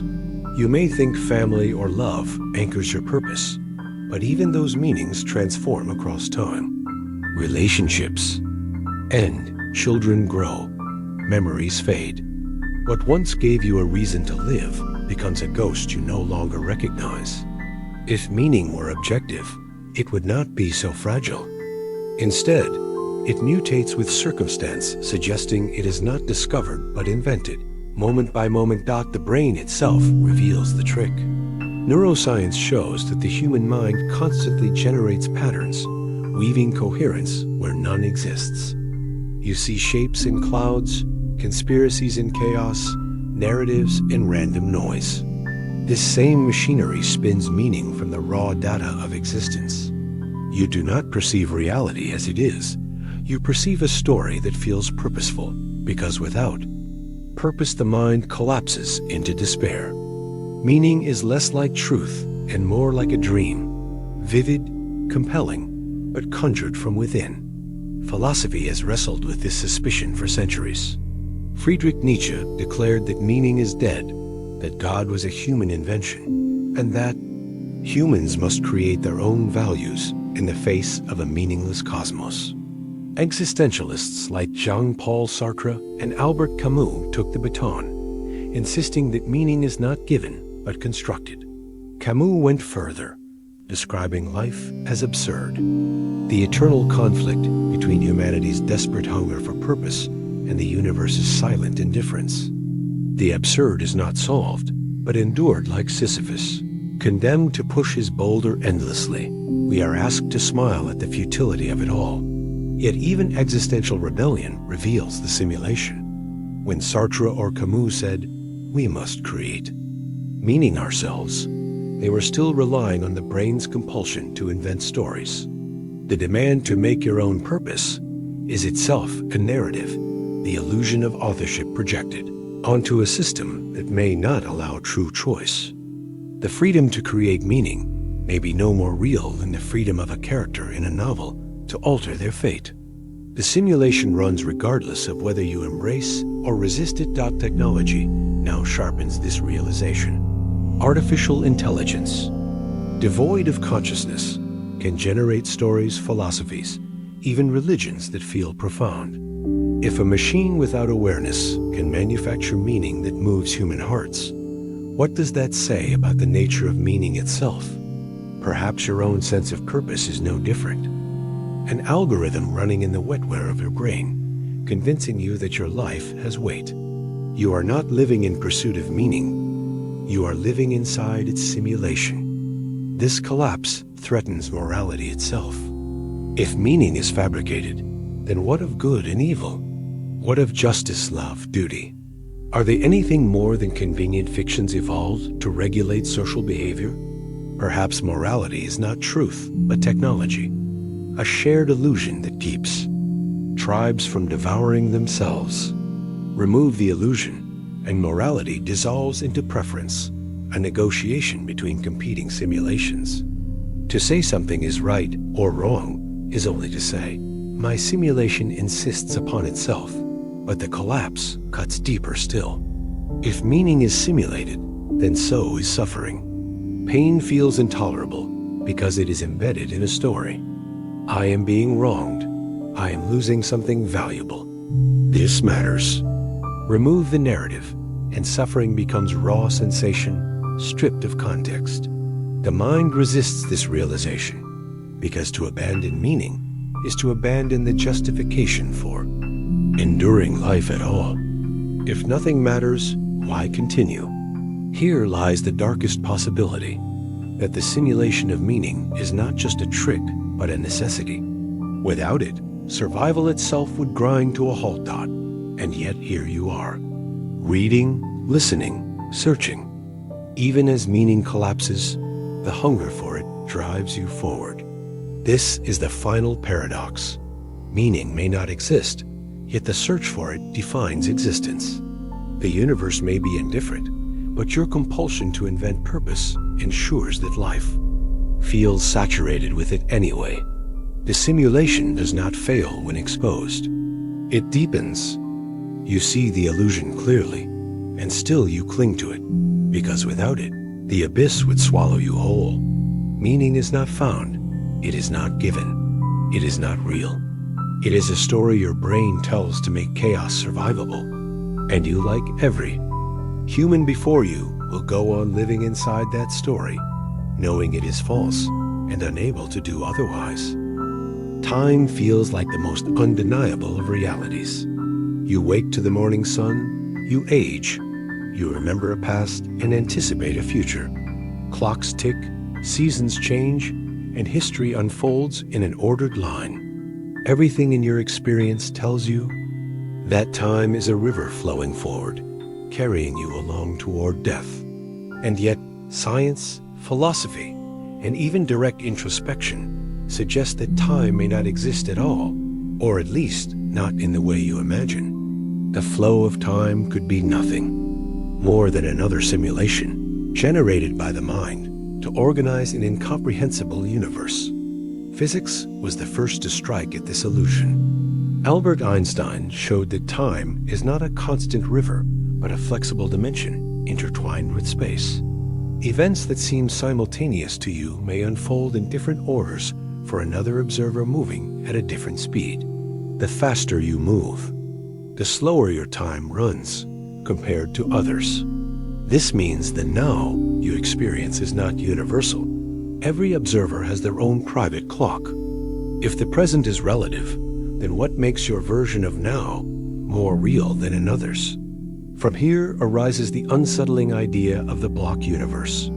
According to this model, past, present, and future all coexist at once, like frames of a film strip laid side by side. You do not move through time. You exist at one point on this eternal block, while other versions of you inhabit other slices. The sensation of flowing from moment to moment is not a property of the universe, but of consciousness. Your brain stitches together memories and perceptions into a sequence, generating the feeling of time's passage. But the universe itself may be timeless. You are not traveling through time, time is traveling through you. This dissolves your most basic assumptions. If past, present, and future all exist equally, then death is not annihilation. It is simply another coordinate in space-time. The version of you who dies exists forever, just as the version of you reading these words exists forever. Your life does not pass away. It sits frozen in the block, eternally accessible, like a book already written. Yet the comfort of this idea is fragile, because it strips you of agency. If all events already exist, then free will evaporates. You are not choosing you, are enacting a script that was always there. Neuroscience reveals the truth more directly. The brain does not perceive the present moment in real time. Sensory input arrives with delays, is processed, compared to memory, and only then stitched into a conscious now. By the time you experience the present, it is already the past.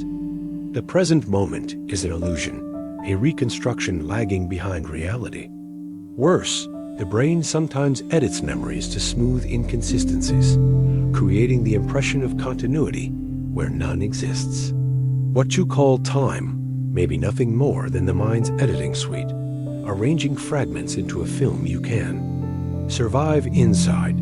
But if time is a mental construct, what about change? You see things grow, decay, move. Surely that proves time flows. Not necessarily. Change can exist without time. Imagine a library where every page of a book exists simultaneously. The sequence of pages creates a story, but the story is not unfolding. The pages are all there, waiting. The universe could be exactly this. A vast library of states, and your consciousness is simply scanning through them, giving rise to the illusion of motion and becoming. You are not moving through time. You are flipping through pages of an eternal. This realization collapses your identity. Who are you, if not the continuity of memory through time? If time is an illusion, then so is the story of your life. The you of yesterday and the you of tomorrow are not connected by an actual thread of being. They are separate slices, tied together only by memory. Identity is a trick the brain plays, convincing you that a chain exists where there are only beads scattered across space-time. You are not one continuous self. You are a collection of cells, each believing it is the only one, each convinced of continuity that does not exist. Philosophers have long suspected this. St. Augustine admitted What then is time? If no one asks me, I know. If I wish to explain it to him who asks, I do not know. The Buddhists went further, insisting that clinging to past and future is the root of suffering, and that only the illusion of continuity binds you to fear and desire. If there is no true past and future, then regret and anxiety dissolve. We're never real to begin with. All that exists is this eternal, ever-present moment, refracted into the appearance of flow. Yet even this present moment collapses under scrutiny. The present, by definition, has no duration. As soon as you try to grasp it, it vanishes, replaced by another. What you call the present is really a memory of the immediate past, stitched into awareness.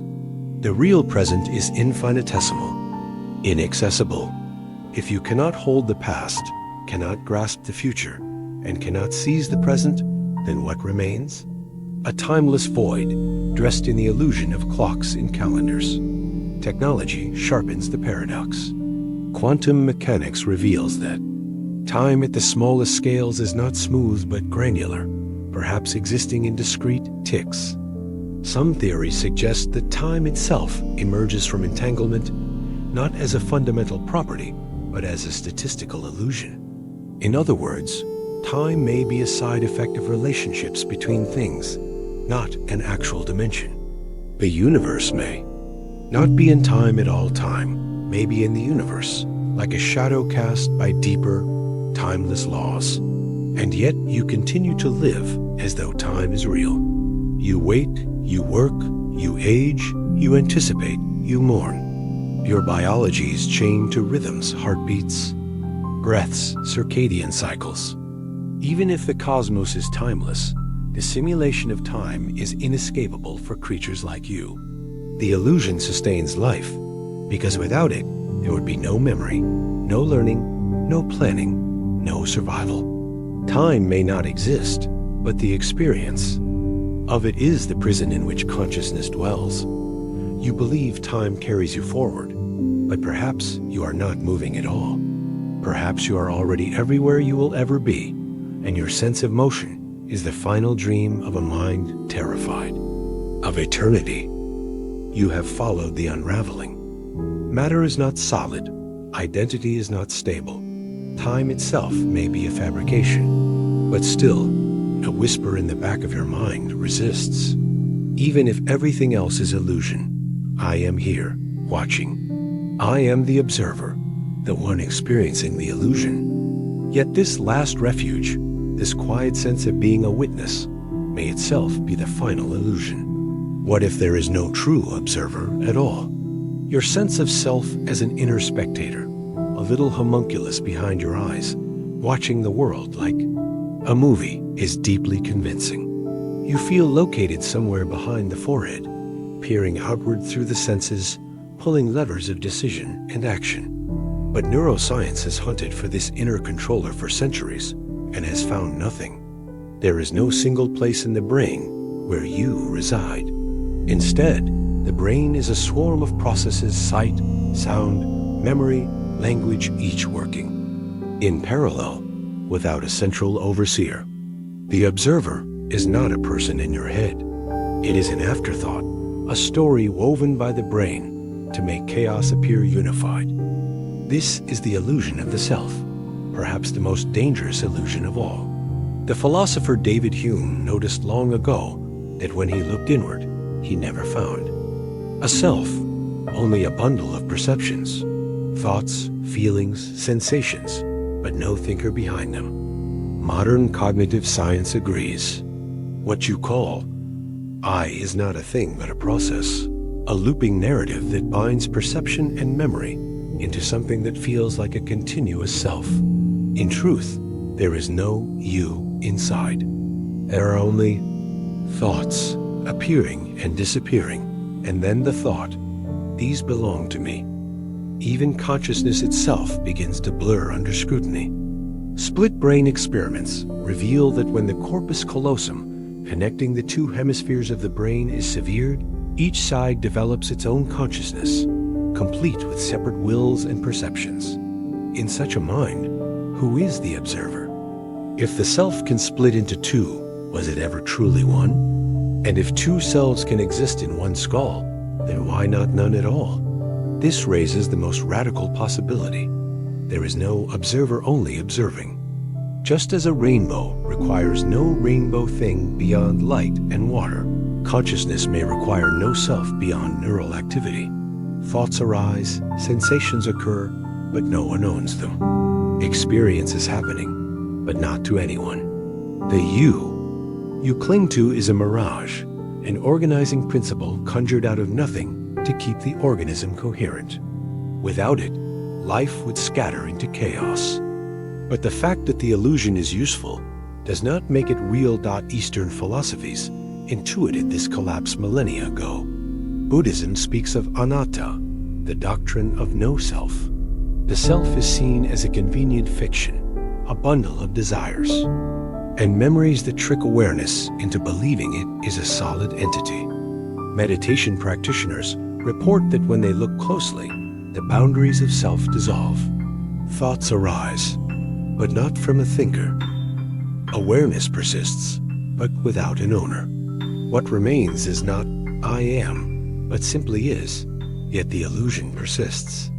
Because it is adaptive, the story of you gives coherence to a chaotic flood of inputs. It allows memory to be stitched into identity, lets decisions feel like choices, and grants a sense of continuity from birth to death. Without the self, survival would falter. The brain must maintain the fiction, even as it hides its own mechanics. But what if this observer illusion is the true prison? If there is no you, then who suffers? Who fears death? Who longs for meaning? Perhaps suffering itself is an artifact of clinging to an illusory self. Strip away the observer, and what remains is only experience, raw and unclaimed. Pain without a sufferer. Fear without someone afraid. Life without a liver. Still, this idea is unbearable to the ego, the very illusion it threatens. To accept there is no observer is to watch your most fundamental anchor vanish. Every memory, every dream, every triumph and failure suddenly belongs to no one. You have lived your life believing you were the main character, only to discover the character was never there at all. So the question returns, if there is no self, then what is aware of this fact? Who is reading these words? The paradox is self-devouring. The illusion of the observer resists its own exposure. And yet, if you look closely enough, you may glimpse the terrifying simplicity. Awareness needs no owner. Experience requires no self. The illusion is complete because it convinces you that you exist to see through it. Everything you have followed so far has been a slow tearing away of certainty. First, matter dissolved into vibrations and probability waves. Then time fractured, identity eroded, and the observer itself collapsed. Each descent took you closer to the abyss. Now there is only one step left to take, the most unsettling step of all. If the self is illusion, if time and matter are illusion, if observation itself is illusion, what if reality itself is nothing at all?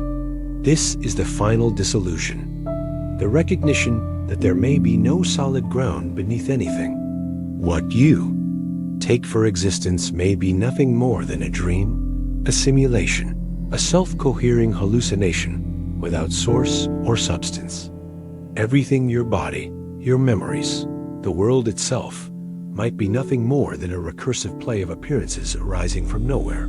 The philosopher René Descartes tried to anchor truth in the certainty of I think, therefore I am. But even this may be too much. Thought occurs, yes, but must there be an I who thinks?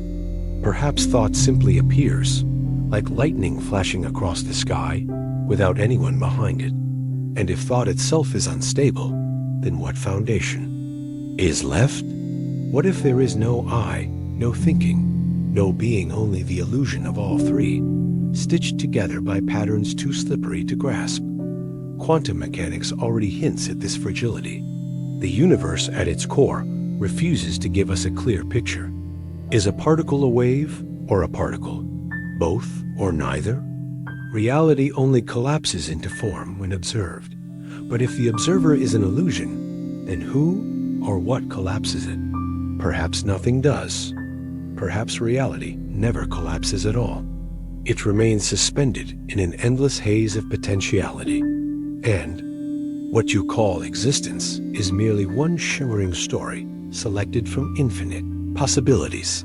Some scientists propose that the universe is a simulation, a vast computation humming in an unimaginable substrate. If so, then the solidity of the world is only code. Mountains and oceans, galaxies and atoms, mere outputs of an algorithm. But if this is true, it leads to the most vertiginous question. What is the substrate made of? And what if that too is a simulation? A dream within a dream. Illusions stacked forever with no bottom dot. Others suggest something even stranger, that the universe is not made of matter at all, but of mind. Idealism, the oldest of philosophies, holds that consciousness is primary, and everything else is an appearance within it. The chair you sit on, the stars above your head, the very idea of time passing all, are ripples within a vast impersonal awareness. In this view, there is no external reality to cling to. There is only experience, arising and fading, with nothing outside it to ground it. And here lies the final paradox. Even the recognition of illusion may be an illusion. To see through matter, time, self, and reality itself may not lead to truth, but only to another mask, another dream. The mind seeks solid answers, but what if there are none? What if the very demand for truth is a trick of the illusion itself? This leaves you with nothing, and perhaps that is the point. The final disillusion is not a revelation of what reality is, but the realization that there may be no ultimate is at all. Everything you believe to exist, including the one who believes, collapses into a vast absence. The curtain is pulled back, and there is no machinery behind it. Just the curtain itself, rippling in the void. For some, this vision is despair. To live without foundation is to float endlessly in meaninglessness. But for others, it is liberation. If everything is illusion, then nothing binds you. No suffering belongs to a self. No fear has an owner. No death can extinguish what was never real. All that remains is the raw play of appearances, beautiful, terrifying, fleeting, and free. And so, at the end of this descent, you are left not with answers, but with silence. No ground, no self, no time, no reality. Only this, whatever this, is appearing for no one, disappearing into nowhere. The deepest truth may not be something to understand, but something to endure. The truth that there may be no truth. At all. This is the final disillusion. You have reached the bottomless pit. And in that abyss, one final question remains. If everything is illusion, what is asking the question? You have walked through 20 illusions, each one peeling away a layer of what you once thought was solid. You began with matter, and matter dissolved into waves of probability. You clung to time, and time fractured into illusions of memory and expectation. You turned to the self, and the self dissolved into flickering processes with no owner. Even the observer itself collapsed under scrutiny. And finally, the ground beneath all things reality itself slipped away, leaving nothing but silence. This is the journey of disillusion, not toward answers, but away from them. Not toward meaning, but toward the recognition that meaning itself may be just another mask, painted over emptiness. The illusions were never out there, separate from you. They were always your illusions, your perceptions, your beliefs, your desperate grasping for certainty. The world you experience is not the world itself, but a theater of appearances stitched together by your nervous system. A grand play, so convincing you forgot you were sitting in the audience. And now, As the curtain falls, you are left staring into the void where a stage once stood. No actors remain. No plot, no resolution. Just the strange awareness of being. Here, suspended between nothing and nothing. But there is something unsettlingly beautiful in this ending. For if everything is illusion, then everything is also free. You are not a prisoner of time, because time itself is a trick. You are not bound by the past, because the past is a memory with no substance. You are not doomed by death, because the you that could die was never more than a story. The illusions stripped away certainty, but they also stripped away chains. What remains is raw experience, colors, sounds, sensations, appearing from nowhere, belonging to no one. A dream that dreams itself. A question without an answer. Perhaps that is all reality ever was. Not truth, not substance, but a whisper. A fleeting shimmer in the dark, saying only, this, and maybe, just maybe, that is enough. You believed that even if everything else was uncertain self, time, memory, even the world itself, there was still one uncheckable truth, cause and effect. The chain that linked one moment to the next. The law that told you the fire burns because of heat, that the seed becomes the tree, that your choices ripple outward into consequences. Without cause and effect, reality would be incomprehensible. Without it, how could you live at all? But causality is not the bedrock you think it is. It is another story, another illusion, another fragile framework your mind imposes on the chaos of experience. Science tells you that events are linked through physical laws, that conditions determine outcomes. Strike the match and the flame. Pierce, drop the stone and it falls. These seem unbreakable. But look closer. Every physical law is simply a pattern observed, not a necessity. The flame does not have to appear. The stone does not have to fall. Your mind, desperate for order, assumes that because something has happened countless times before, it must happen again. Yet nothing guarantees it. This is what philosophers call the problem of induction. The future is never bound by the past. The chain you believe is iron is made of air. Quantum mechanics deepens the wound. At the smallest scales, causality frays. Events do not unfold with strict necessity, but with probabilities. A particle may be here, or there, or nowhere at all, until observed. A cause does not guarantee an effect. It only nudges reality along a spectrum of possibilities. And what does possibility mean, except that reality itself is undecided, unstable, unfinished?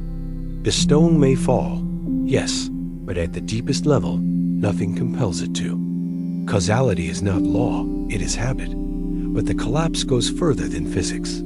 It enters your own life. You believe your choices matter, that your decisions cause the future you inhabit. Yet neuroscience whispers otherwise. Every action begins in the brain before you are conscious of choosing it. The decision to lift your hand, to speak a word, to walk away, all of it sparks in neural circuits milliseconds before you decide. By the time you feel ownership of your choice, it has already happened. You are not the cause. You are only the witness, desperately attaching a story of control to a process that runs on its own. And if you are not the cause of your own actions, what does that mean for responsibility? For guilt? For pride? The criminal who kills, the saint who saves, the parent who nurtures, the tyrant who destroys, all of them acting in patterns of brain and biology, culture and circumstance. No one stands outside the chain. No one chooses. It all unfolds, but not because of anyone. The very idea of cause dissolves into endless interdependence, with no origin, no prime mover, no true responsibility. Even memory betrays you here. You think that one event in the past caused who you are today, the heartbreak that shaped you, the triumph that defined you. But the memory itself is unreliable, rewritten each time you recall it. You are not the product of causes. You are this product of stories about causes. And stories, as you have already seen, collapse under scrutiny. And so causality itself, this final anchor of meaning, unravels. Events happen, yes, but the chain that binds them is not real. The arrow of cause and effect is only painted on the surface of chaos. Pull it away, and nothing remains but raw happening. Fire burning without reason, stones falling without necessity, choices made without chooser.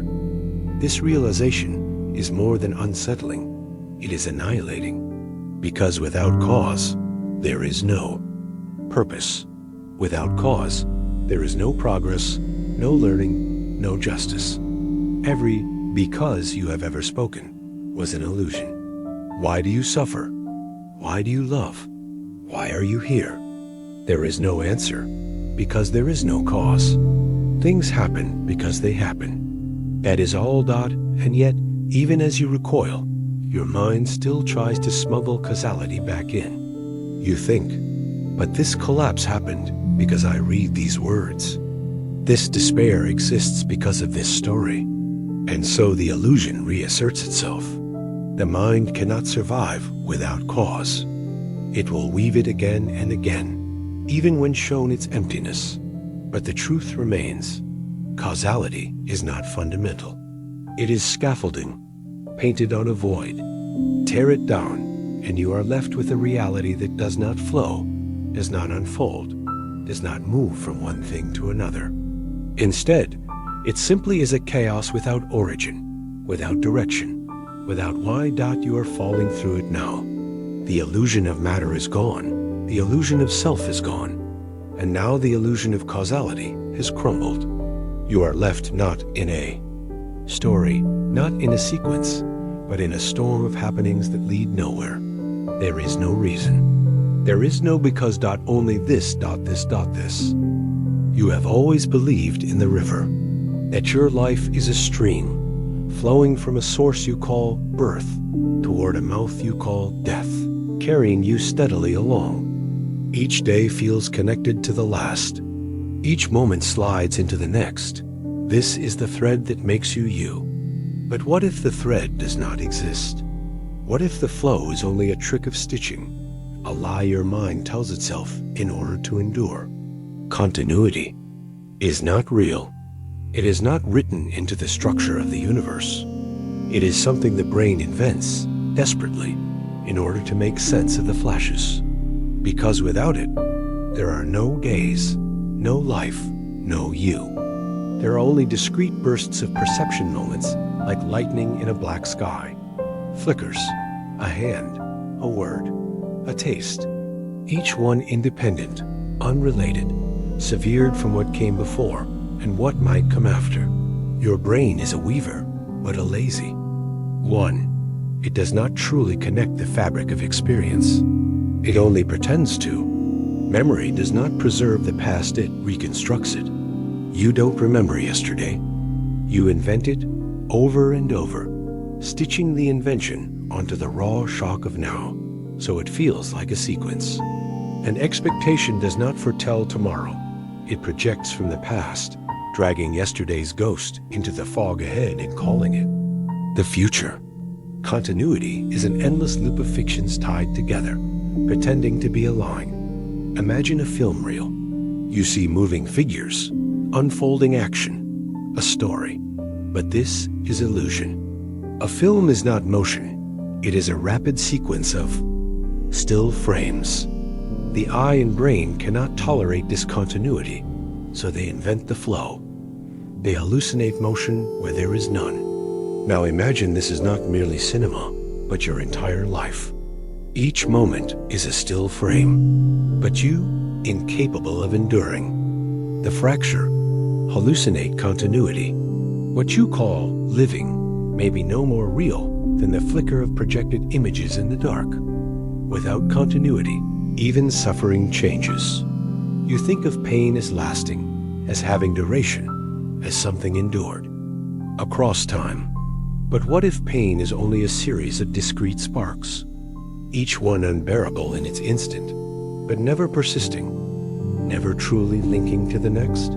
The scream feels like a river only because you sew the moments together. If continuity collapses, the screen itself dissolves, just static, vanishing. Between flashes, the same holds for joy, for love, for memory of a face. You think of them as stretching across time, sustained, building. But continuity's collapse reveals they are no more than instants, fragments that never truly connect. Your child's laughter was not a stream, it was a single lightning strike, already gone. Your first kiss was not a long, trembling moment, it was one spark, lost. The rest you invented afterward, filling in the gaps with fictions. But if continuity collapses, then what of the self? You believe in you as a stable thread tying the moments together, carrying the same identity from frame to frame. But without continuity, there is no thread. There is no same self. The you that saw the sunrise this morning does not exist anymore. It never continued into this one. Each you is a separate flicker. There is no connection, no endurance, only the illusion of being woven into one body, one life. Continuity is the stage upon which all other illusions perform. Without it, memory has no power because there is no past to recall. Without it, morality has no weight because there is no chain of cause and effect to link choice to consequence. Without it, even existence itself becomes unsustainable because existence implies persistence, something being across a stretch of time. But without continuity, there is no stretch. There is only now, then gone, then nothing, then now again. Each flash vanishes into silence, leaving no trace. You can feel the collapse if you try. Sit in the dark.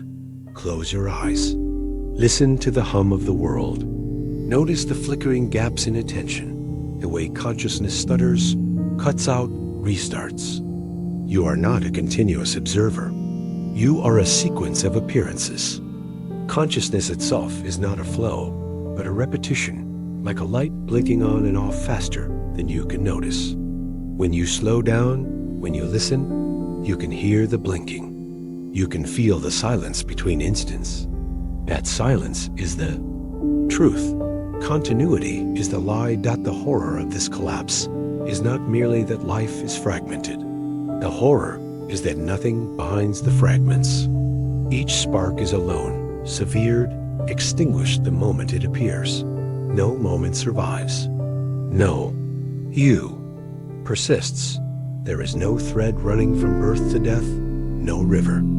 There are only sparks of light in an infinite void, flaring and vanishing with no connection, no meaning, no continuity. You are not a life. You are not a story. You are not even a moment stretched in time. You are flickers in the dark, hallucinating. A river where only lightning strikes appear and disappear, one by one, until the sky goes black. You have always believed in the room around you, the chair beneath you, the walls enclosing you, the ceiling above, the horizon stretching outward. You take comfort in it, the solidity of distance, the separation of things. Objects occupy space, and you, standing among them, feel oriented, placed. But what if the room is not real?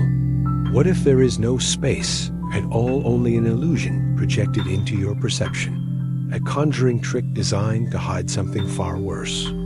Space feels obvious. Your eyes move across it. Your body extends through it. Your hands reach into it. Yet every attempt to touch it, to grasp it, fails. You cannot touch space itself. You only touch objects. You cannot find the distance. Between things, it is not a substance. It is a construction, a mental coordinate grid painted over raw perception. It is not that objects exist in space. It is that your brain arranges objects as if there were space between them. That physics itself begins to whisper of this collapse. Space, once thought to be an infinite container, is revealed to be inseparable from time, stitched together into space-time, warped and curved. But even this is not the end. At the smallest scales, beneath the reach of sight or touch, space itself disintegrates into quantum foam, no longer smooth, no longer continuous, but jittering, broken, dissolving into something that cannot even be called geometry. If space collapses at its foundation, what holds anything apart? What keeps the universe from folding into a single point, with no dimensions, no room for existence at all? Your body relies on the illusion of space. The sensation of extension, of arms and legs occupying length, of lungs inflating, of skin enclosing, it is all a map. But if the map is stripped away, your body is no longer spread through a region. It is collapsed, compressed into a point, without width. And if you are a point, then so is the chair, the room, the planet, the stars. Everything becomes one. No separation, no distance, no where. But perhaps worse, if space is not real, then location is meaningless. You are not here, and nothing else is there. There is no distinction between the cup on the table and the stars in the void, because between is only a hallucination. Objects cannot be said to occupy positions if position itself is a fiction. The world dissolves into undifferentiated coincidence, all things stacked without distance, smeared together. The tree in the yard, the mountain, the ocean, the moon day, are not far. They are not near. They are not anywhere. Without space, movement also collapses. To move is to change position, to travel distance. But if there is no true distance, there can be no true motion. You think you walk, you run, you travel across miles, but in truth, nothing ever shifts. Your mind simply rewrites the illusion, flickering frames of before and after, arranged into a false progression. You are always nowhere. You have always been nowhere. Motion is only the rearranging of a lie dot, and if movement collapses, so too does separation itself. What does it mean for you to be different from me if there is no space between us? Without space, there is no boundary. Without boundary, there is no individuality. All things blur together, overlapping, indistinguishable. You are not contained in your skin. You are not apart from the air you breathe, nor the earth beneath, nor the stars above. You are all of it, all at once. The illusion of separation collapses, and with it, the illusion of self. Perhaps you have felt the edges of this collapse before. In dreams where distances fold strangely, where you step through a door and find yourself not in another room, but on another continent, with no journey between. In déjà vu, where one place feels like another, as if locations bleed through the seams. In vertigo, where the ground and sky trade places, where your body feels both vast and tiny, stretching and shrinking. These are not mistakes of the brain. They are glimpses of the truth, fractures in the simulation of space dot. The horror grows sharper when you realize how fragile perception truly is. Close your eyes. The room vanishes. The walls, the ceiling, the horizon gone. Only darkness. Open them, and the illusion reassembles. But it was never there.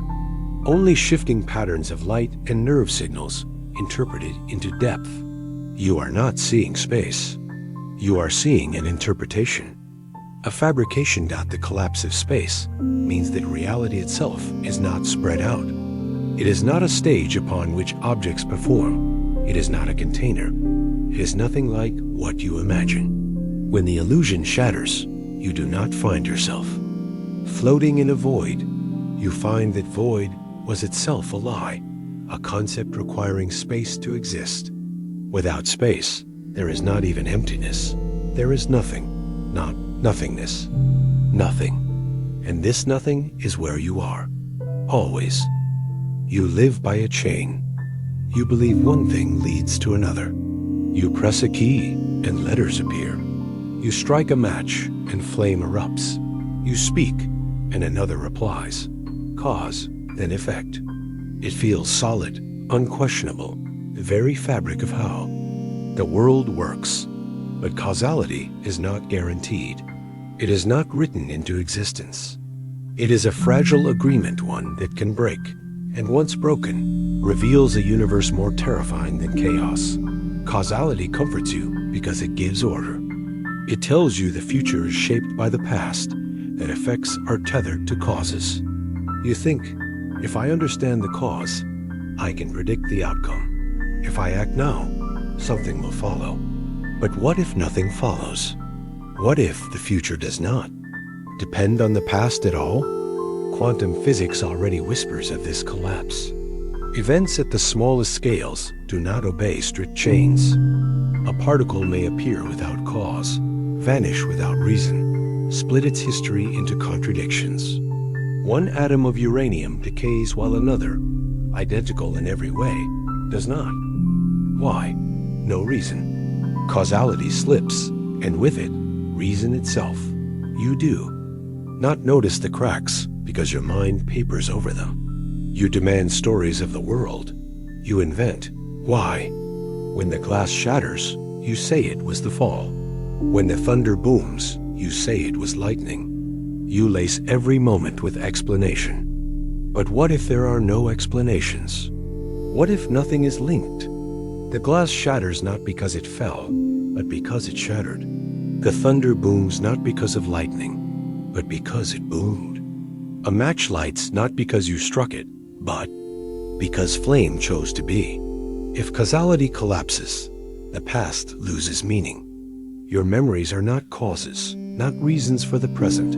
They are simply static echoes. Your birth did not cause your life. Your choices did not cause your path. You are not here because of anything. You are simply here, untethered.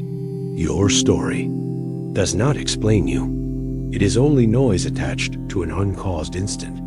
The collapse does not stop there. If the past cannot cause the present, then the present cannot cause the future. You cannot rely on consequence. You cannot know that breathing now means breath will continue. You cannot know that speaking a word will produce sound. You cannot know that a step forward will produce motion. The link is imagined.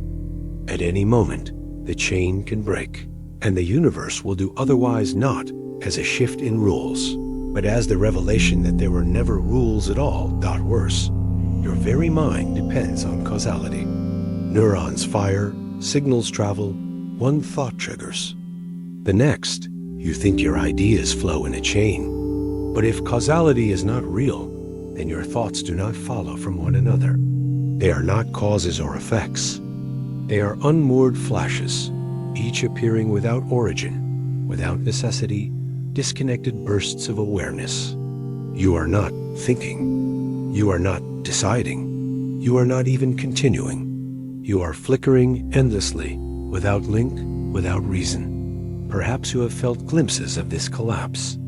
When you walk into a room and forget why. When you begin to speak and lose the thread mid-sentence. When you feel an action take place and only later invent the reason for it, scrambling to make sense of what already occurred.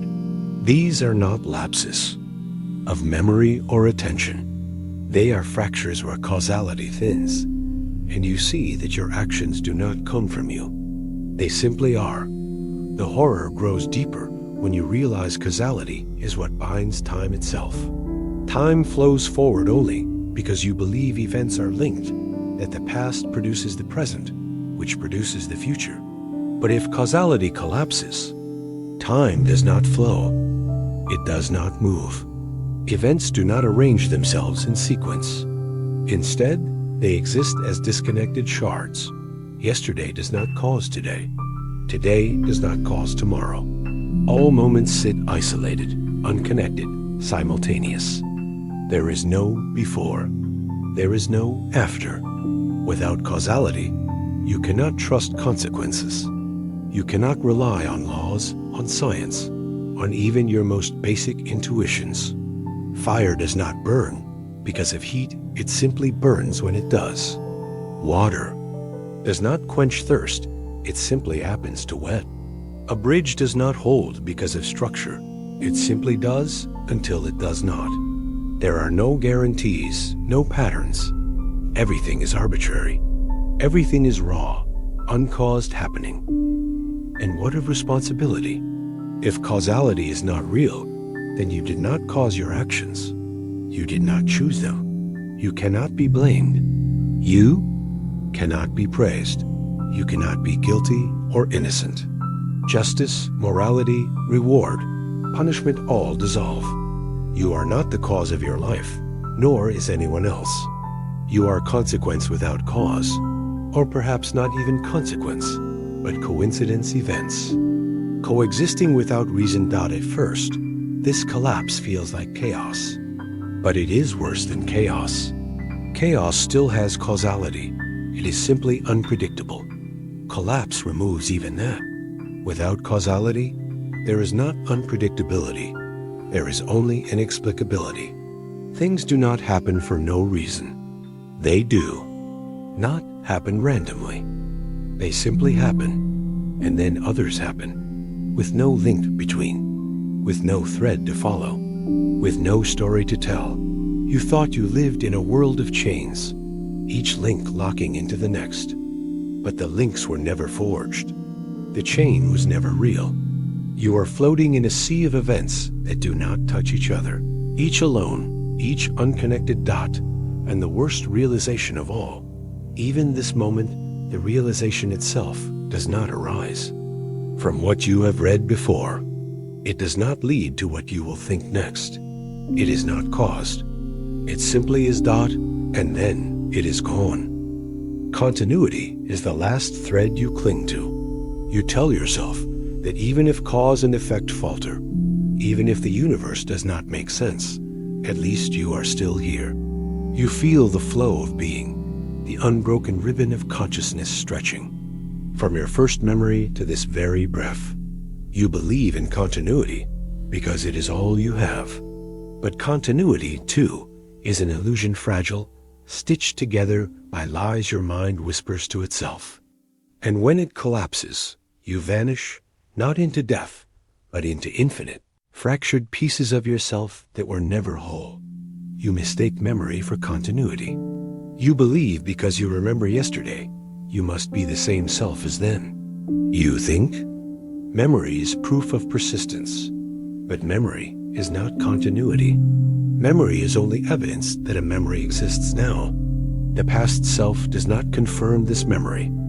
It cannot. It is gone. You are left with only an image inside your current mind, and you trust it blindly, believing it ties you back, but it does not tie.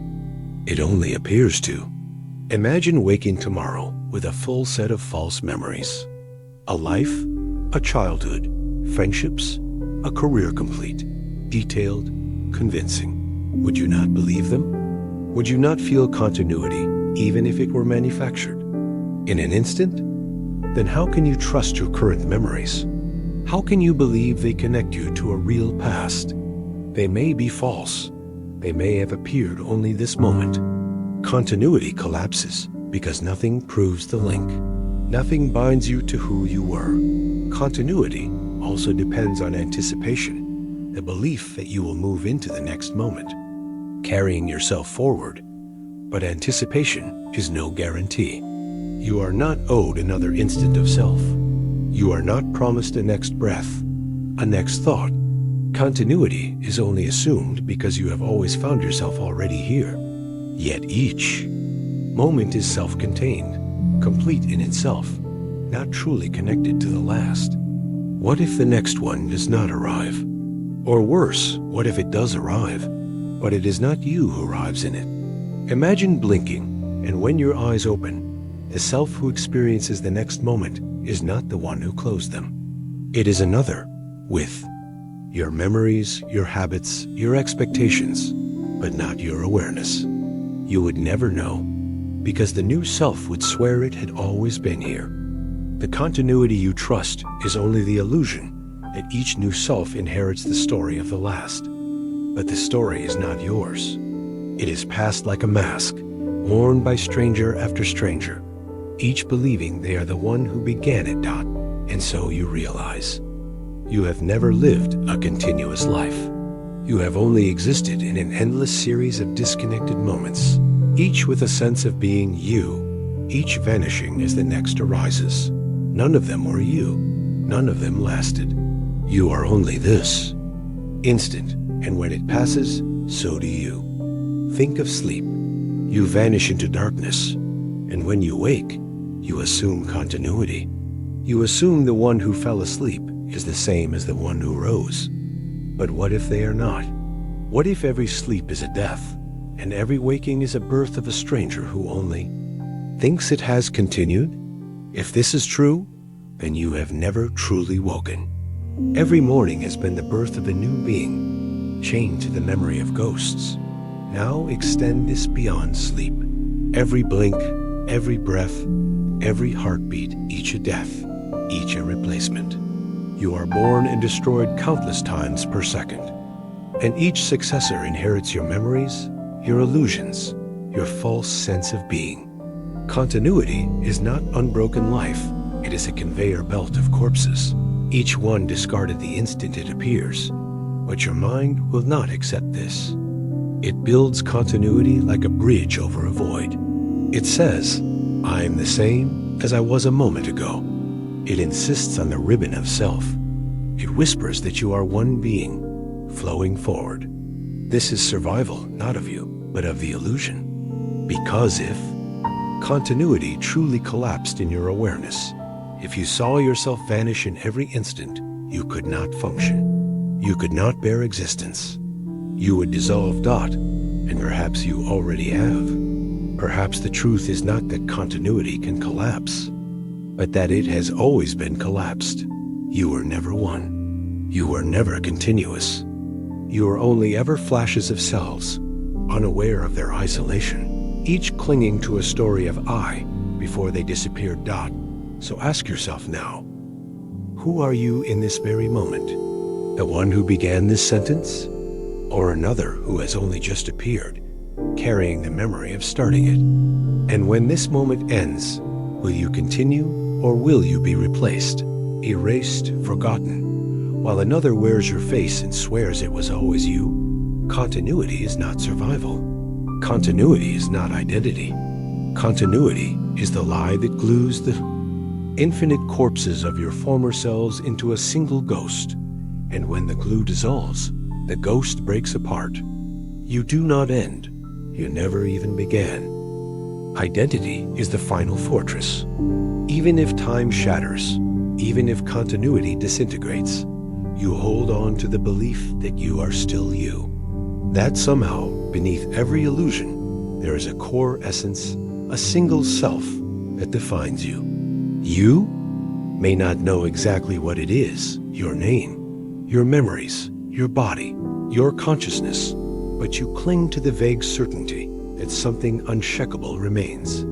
Yet when you search, when you peel back every layer, you find that identity is not a fortress at all. It is only a mask, shifting with each moment. It is not solid. It is not real. And when identity collapses, there is no one left to collapse with it. You begin with your name. You tell yourself, I am your name. But a name is only a sound, a label assigned by others before you even understood it. It is not you. If you were given another name at birth, you would still believe it was yours.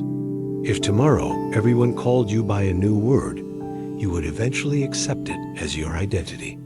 The name is not you. It is only a tag pinned to the illusion. So perhaps your memories are you. After all, they define your story, your past, your journey. But memories are fragile, fallible, often false. Each time you recall an event, you do not remember it, you recreate it. You alter it, unknowingly, until the memory is no longer truth, but fiction. Two people can share the same event and recall two different realities. Which is correct? Perhaps neither.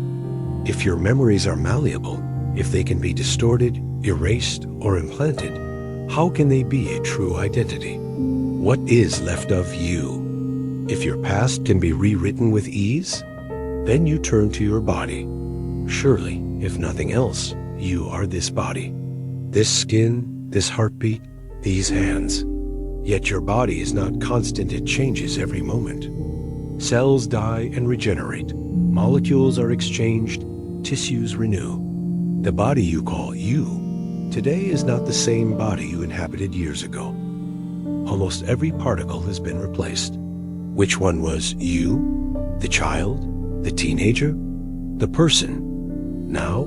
Or is each one a different being, with only a story linking them together? If your body can change entirely, yet you still believe in the same self, then the body is not identity, either. So perhaps you are consciousness itself. Observer, the awareness that witnesses all things. But even consciousness is not stable. It flickers, breaks, and dissolves in sleep, in anesthesia, in moments of unconsciousness. Where do you go then? If awareness disappears and then reappears, are you the same awareness or a new one that only thinks it has continued? Consciousness does not guarantee identity. It only guarantees presence. And presence can belong to anyone. You may think your personality, your preferences, your habits define you. But even these are not fixed. You are not the same person you were 10 years ago, or even 1 year ago. Your desires have shifted. Your beliefs have changed. Your opinions have bent and broken. If someone knew you as a child and met you now, they might not recognize you at all. Which one is the real you? Every version believes itself authentic, yet each contradicts the other. Identity is fluid, not fixed. And if everything you point to as you slips through your hand's name, memory, body, consciousness, personality, what remains? What is left to hold on to? Nothing. Identity collapses because there is nothing at the center. No hidden essence, no eternal self. You are not a single entity moving through time. You are a collection of shifting processes, constantly changing, with no core to unify them. You are not one. You are many. You are not real. But here is the cruelest twist. You still feel like someone. The illusion persists. The mind insists on the I, because without it, survival would be impossible. Without identity, there is no reason to act, no reason to protect, no reason to exist. Identity is the most powerful lie your mind creates.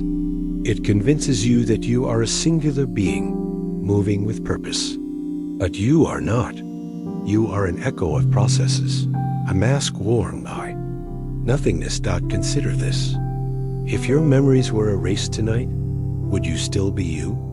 If your personality shifted tomorrow, if your body were replaced cell by cell, if your consciousness blinked out and another identical awareness appeared in its place, what would make it you? You cannot answer, because there is no answer. The question assumes there is a self to preserve, but there is not. So when identity collapses, what remains? Not death, for death requires someone to die. Not survival, for survival requires someone to endure. What remains is only the play of appearances, moments. Arising experiences happening without an owner. Thoughts appear, but no thinker. Sensations arise, but no feeler. Life unfolds, but there is no you at its center. There never was. And now you see the final horror. Identity did not collapse in this moment. It was never real. It was always only a mask placed on nothingness. You were never who you thought you were. You were never anyone at all. You are not the self. You are not the body. You are not the memories. You are not even the awareness. You are only emptiness, pretending to be a person. You trust your senses. They are the anchors that bind you to reality. The world is visible, tangible, audible. You see the sun. You hear voices. You feel the ground beneath your feet. You tell yourself that perception connects you to what is real, but perception is not a window, it is a veil. It does not reveal truth. It distorts, edits, fabricates. When perception collapses, you discover that nothing you have ever seen, heard, or felt was real in the way you believed. Start with sight. You open your eyes and believe you are observing the world. But you never see the world, you see only what your brain allows. Light enters your eyes, but it is not color or form. It is meaningless radiation, filtered and translated into images. The redness of a rose, the blueness of the sky, the greenness of grass, none of these exist outside you. They are illusions invented by your nervous system. To other creatures, the same light reveals entirely different realities. A bee sees ultraviolet. A bat navigates through sound. To them, your world of color does not exist. And to you, theirs does not. Which is real? Neither. The world itself has no color, no image. Your eyes are not showing you truth. They are showing you a hallucination. Now consider sound. Vibrations ripple through air and strike your ears. The brain transforms them into voices, into music, into noise. But sound does not exist outside of you. A falling tree in a forest makes no sound unless there is an ear to interpret the vibration. What you call sound is only your brain's invention, its translation of pressure waves into experience. There is no true sound, only a nervous system trick. Then there is touch. You believe you feel the solidness of objects, the hardness of stone, the softness of fabric. But atoms never touch. The solidity you feel is only the resistance of electromagnetic forces. What you experience as pressure is nothing but repulsion. Your hand and the object never actually meet. Touch is not direct contact with reality. It is distance disguised as closeness. You have never touched anything. Smell and taste are no different. Molecules drift into your body, activating receptors that interpret them as sweetness, bitterness, fragrance, rot. But these interpretations are arbitrary, evolved only for survival. What you call delicious could be repulsive to another creature. Taste is not truth, it is bias. Smell is not reality, it is warning. Your senses are not designed to reveal the world. They are designed to filter it, to hide most of it, and to deceive you just enough to keep you alive. So what, then, is perception? It is not a mirror of reality. It is a simulation. Your brain does not simply record sensory data. It builds a model, a story, a constructed world inside your skull. What you see out there is not out there at all. It is in here, inside your mind. You have never perceived the external world. You have only ever perceived the brain's recreation of it. This means you cannot distinguish illusion from truth. A dream feels real until you wake. A hallucination feels real until you realize it was not. But how do you know you have ever woken up? If your mind can fabricate entire worlds in sleep, why believe it does not fabricate this one as well? Perception cannot prove reality. It only proves that something is being experienced. But what that something is, you cannot know. Worse still, perception is not unified. You think of yourself as a single observer, but your senses constantly contradict each other. Optical illusions trick your sight. Phantom sounds linger in silence. You may feel a phone vibrate in your pocket when it has not. Your brain invents experiences that never happened, and you believe them because you cannot tell the difference. If perception collapses, you realize it was never reliable to begin with. The horror deepens when you consider that your perception has been wrong all along. You perceive solidity, but the world is mostly empty space. You perceive time flowing, but physics suggests it may not. You perceive separation between objects, but quantum entanglement reveals deep interconnectedness. You perceive causality, but perhaps events simply appear without reason. Everything your senses tell you is not only incomplete, it is false. So ask yourself, what is real if perception is not? You cannot rely on sight, sound, touch, taste, or smell. You cannot even rely on the brain that interprets them, because it too is part of the illusion. Without perception, you are blind. But with perception, you are only blinded differently. Here lies the true collapse. You cannot escape perception. Even if you understand it is false, you are trapped within it. You cannot see the world as it is. You can only see the mask your brain places over it, and the mask cannot be removed. Reality is not hidden behind the illusion. It may not exist at all. When perception collapses, you realize you have never seen the world. You have never heard it, touched it, tasted it, or smelled it. You have only hallucinated a version of it endlessly. From birth until now, you are not connected to reality. You are sealed away from it forever. You will never know what is real. You will never know if anything is real. You will never escape the prison of perception. And the worst part? You cannot stop perceiving. You think in words. You speak in symbols. You believe language carries truth, that sentences describe reality, that meaning exists. But what happens when meaning itself collapses? When words no longer point to anything real? When every definition circles back into emptiness? Then you discover the truth. Language has never revealed the world. It has only disguised it. Start with a simple word, tree.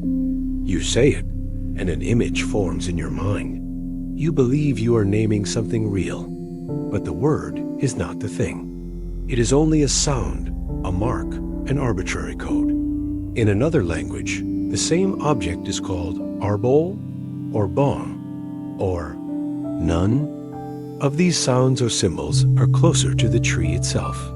The tree exists without words, and words exist without the tree. Meaning is only association, habit, agreement, convention. You are not connecting to truth when you speak, you are reciting. Illusions. Now expand this to all language. Every word you use refers not to reality, but to other words. Dictionaries define words with more words. Try to escape. Look up existence, and you find being. Look up being, and you find existence.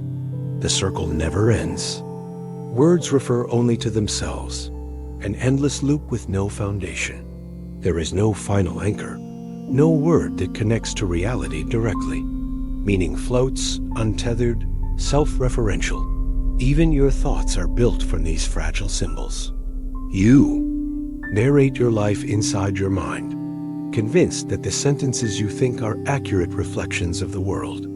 But your inner voice is no different from spoken words, empty sounds echoing in a skull.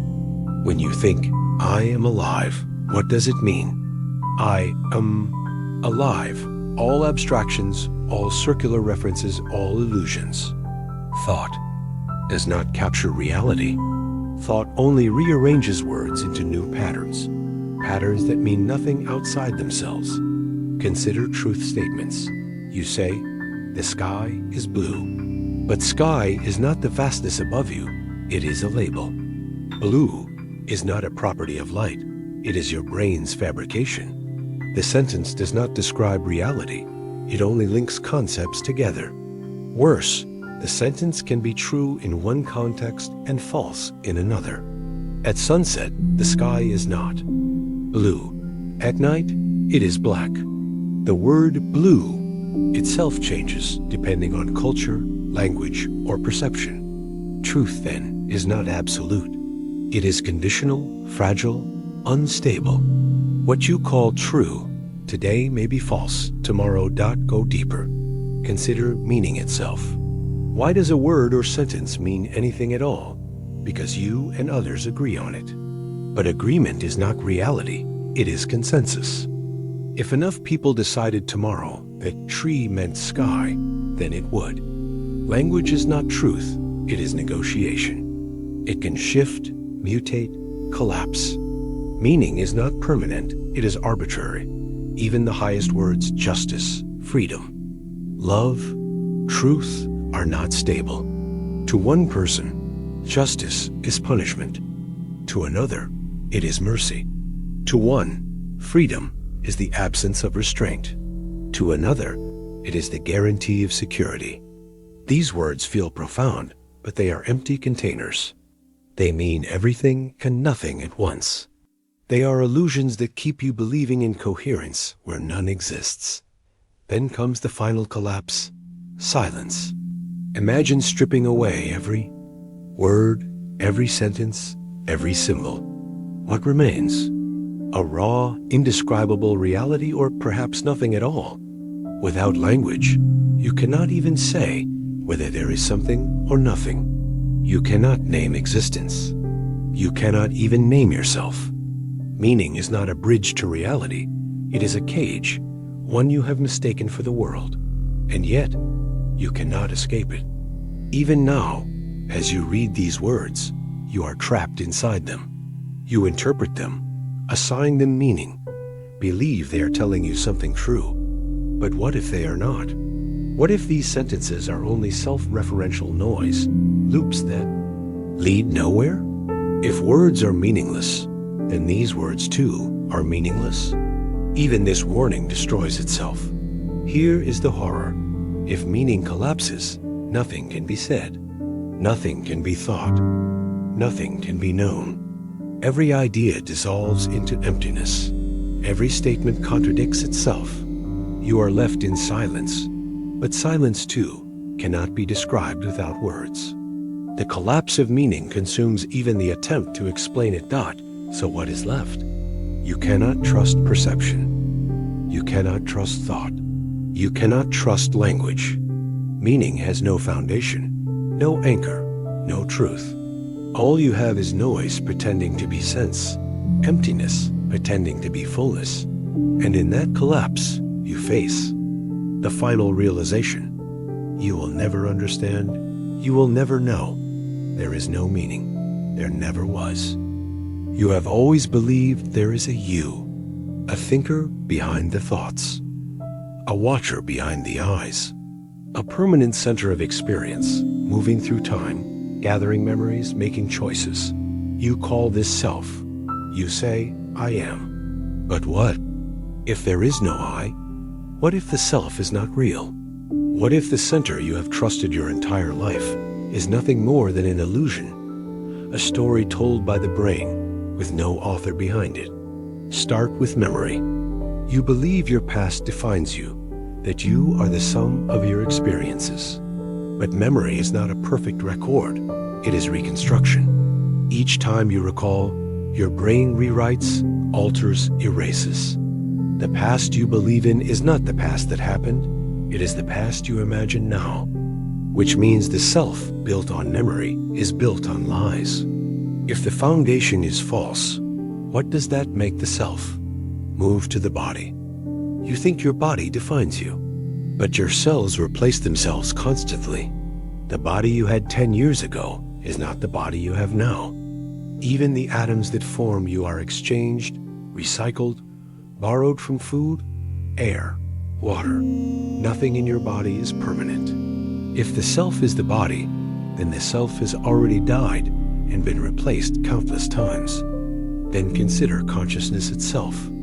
Thoughts arise in your mind, and you believe they belong to you. But do you control them? Do you choose your next thought before it appears? No. They arrive unbidden, from nowhere. You do not think thoughts. Thoughts happen to you. They come, they go, they vanish. If thoughts are not yours, then who are you? If you cannot stop thinking, if you cannot control what appears in your own mind, then where is the self you claim to be? Now turn to choice. You believe you make decisions, that free will defines yourself. But science shows otherwise. Every decision begins in the brain before you are aware of it. Neural activity predicts your choice seconds before you decide. The feeling of choosing comes after the choice has already been made. The self is not the author of decisions. It is only the narrator, taking credit for what was already inevitable. What about the voice in your head? You believe that is you, narrating your life. But who listens to the voice? Is the listener the same as the speaker? If so, why speak at all? If not, then there are two selves inside you, the one that speaks and the one that hears. But then who notices both of them? With every step, the self splits into more selves. Chase it long enough, and you find none at all. Even your sense of continuity is fragile. When you sleep without dreams, where is the self? It vanishes. Hours pass, yet you do not exist in them. You wake and say, I was asleep, but the I that speaks was not present. Consciousness blinked out and then returned, which means the self is not continuous, it is intermittent. You die every night and resurrect every morning, but you mistake it for one unbroken life. Look closer at the present moment. Right now, who are you? Not the past self you are no longer that. Not the future self, you are not that yet. Even the present slips away instantly, replaced by the next. The self is always one step behind, trying to hold what has already gone. The moment you try to catch yourself, you vanish. Now comes the collapse. There is no thinker, only thoughts. No doer, only actions. No self, only processes. The I is an illusion the brain constructs to hold the chaos together. But once you see through it, the illusion shatters. You realize you have never existed. And what fills the void? Nothing. There is no permanent soul, no unchanging core. No, you, watching from behind your eyes. The body acts, the brain fires, the world moves, but there is no owner. Life happens, but there is no one living it. This is not freedom, it is terror. You wanted the self to be a solid foundation. Instead, it dissolves into smoke.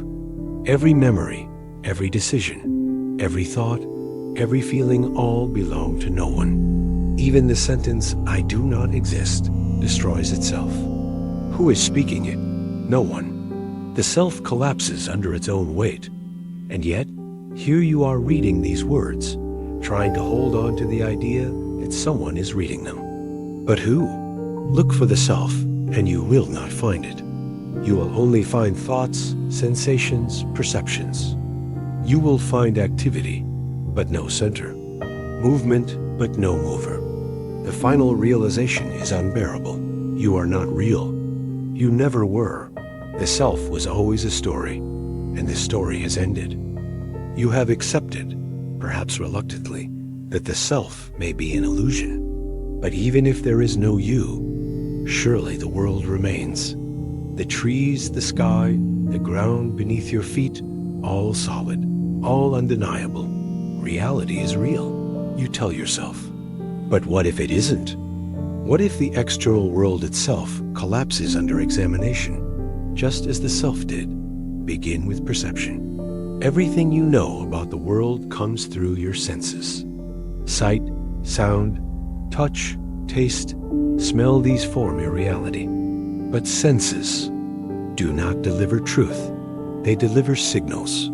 The eye does not show you the world as it is. It captures light, then the brain interprets. The world you see is not the world, it is a rendering. A model created inside your head. You never see reality directly. You only see your brain's version of it. Consider color.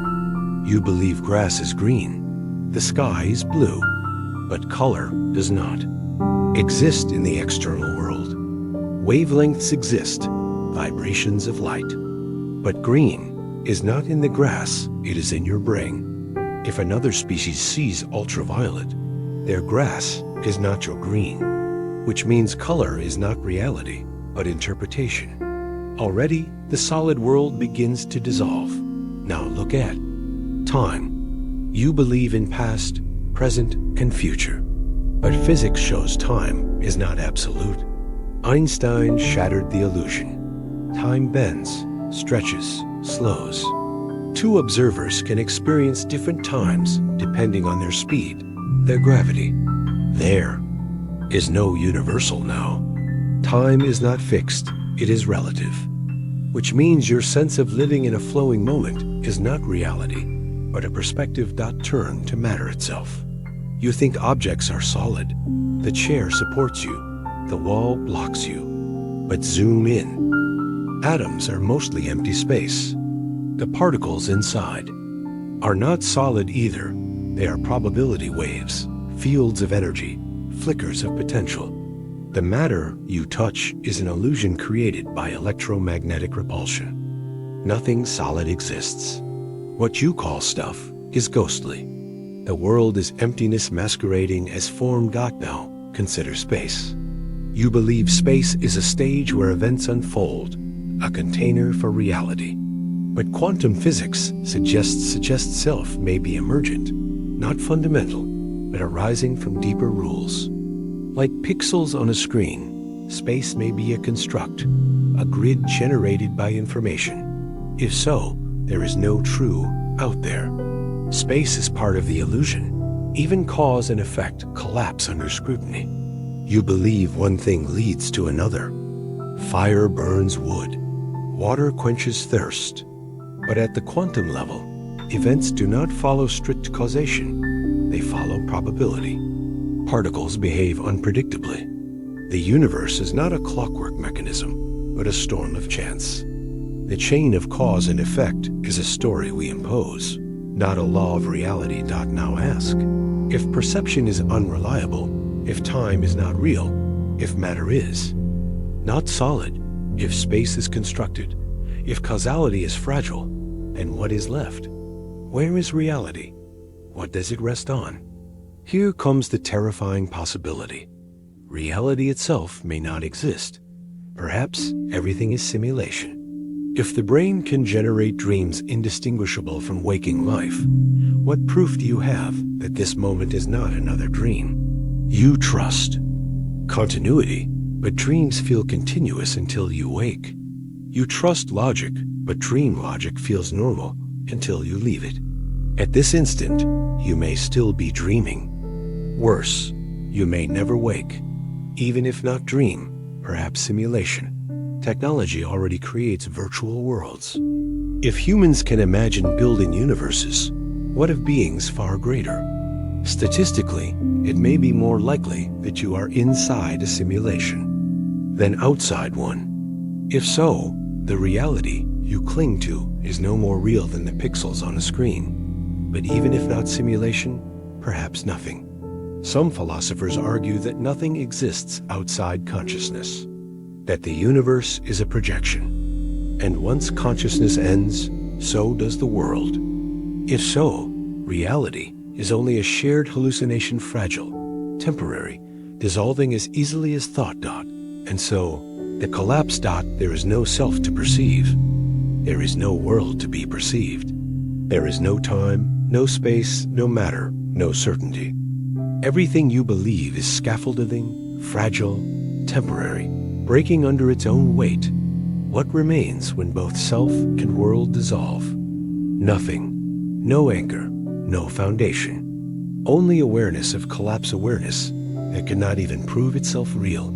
The final realization is unbearable. The self was an illusion. The world was a dream. Nothing remains. Reality collapses, and you collapse with it. The journey has stripped you bare. You began believing in the solidity of self, the permanence of the world, the certainty of time, truth, and reality. Each was examined. Each collapsed. Now nothing remains. And yet you are still here. Or at least something is. But what is this something? It is not the self. You saw the self dissolve, exposed as an illusion, stitched together by memory and thought. It is not the world too collapsed, revealed as a construct of perception and interpretation. It is not time, not matter, not truth. All of those dissolved. What remains is silence. Not absence, but a stillness beyond words. This silence, is not emptiness. It is the ground from which all things appear. When you strip away identity, when you dismantle reality, when you question truth itself, silence remains. It cannot be spoken, for the moment you name it, you distort it. It cannot be thought, for the mind itself is part of the illusion. It simply is. The final paradox is this: in losing everything, you discover the only thing that cannot be lost. Perhaps this is what mystics hinted at when they spoke of the void, the Tao, the groundless ground. Perhaps this is what philosophers approached when they reached the limits of reason and fell silent. Perhaps this is what every being encounters in the moment before death. At the last layer to peel away is the illusion of reality itself, leaving only the silence beyond. You may feel fear in this silence. For the ego, it is unbearable. The ego wants certainty, wants structure, wants something to cling to. But the silence offers no comfort.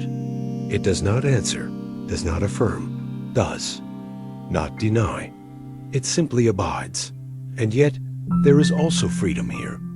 Without a self to protect, without a world to fear, without time to rush against, what is there to lose?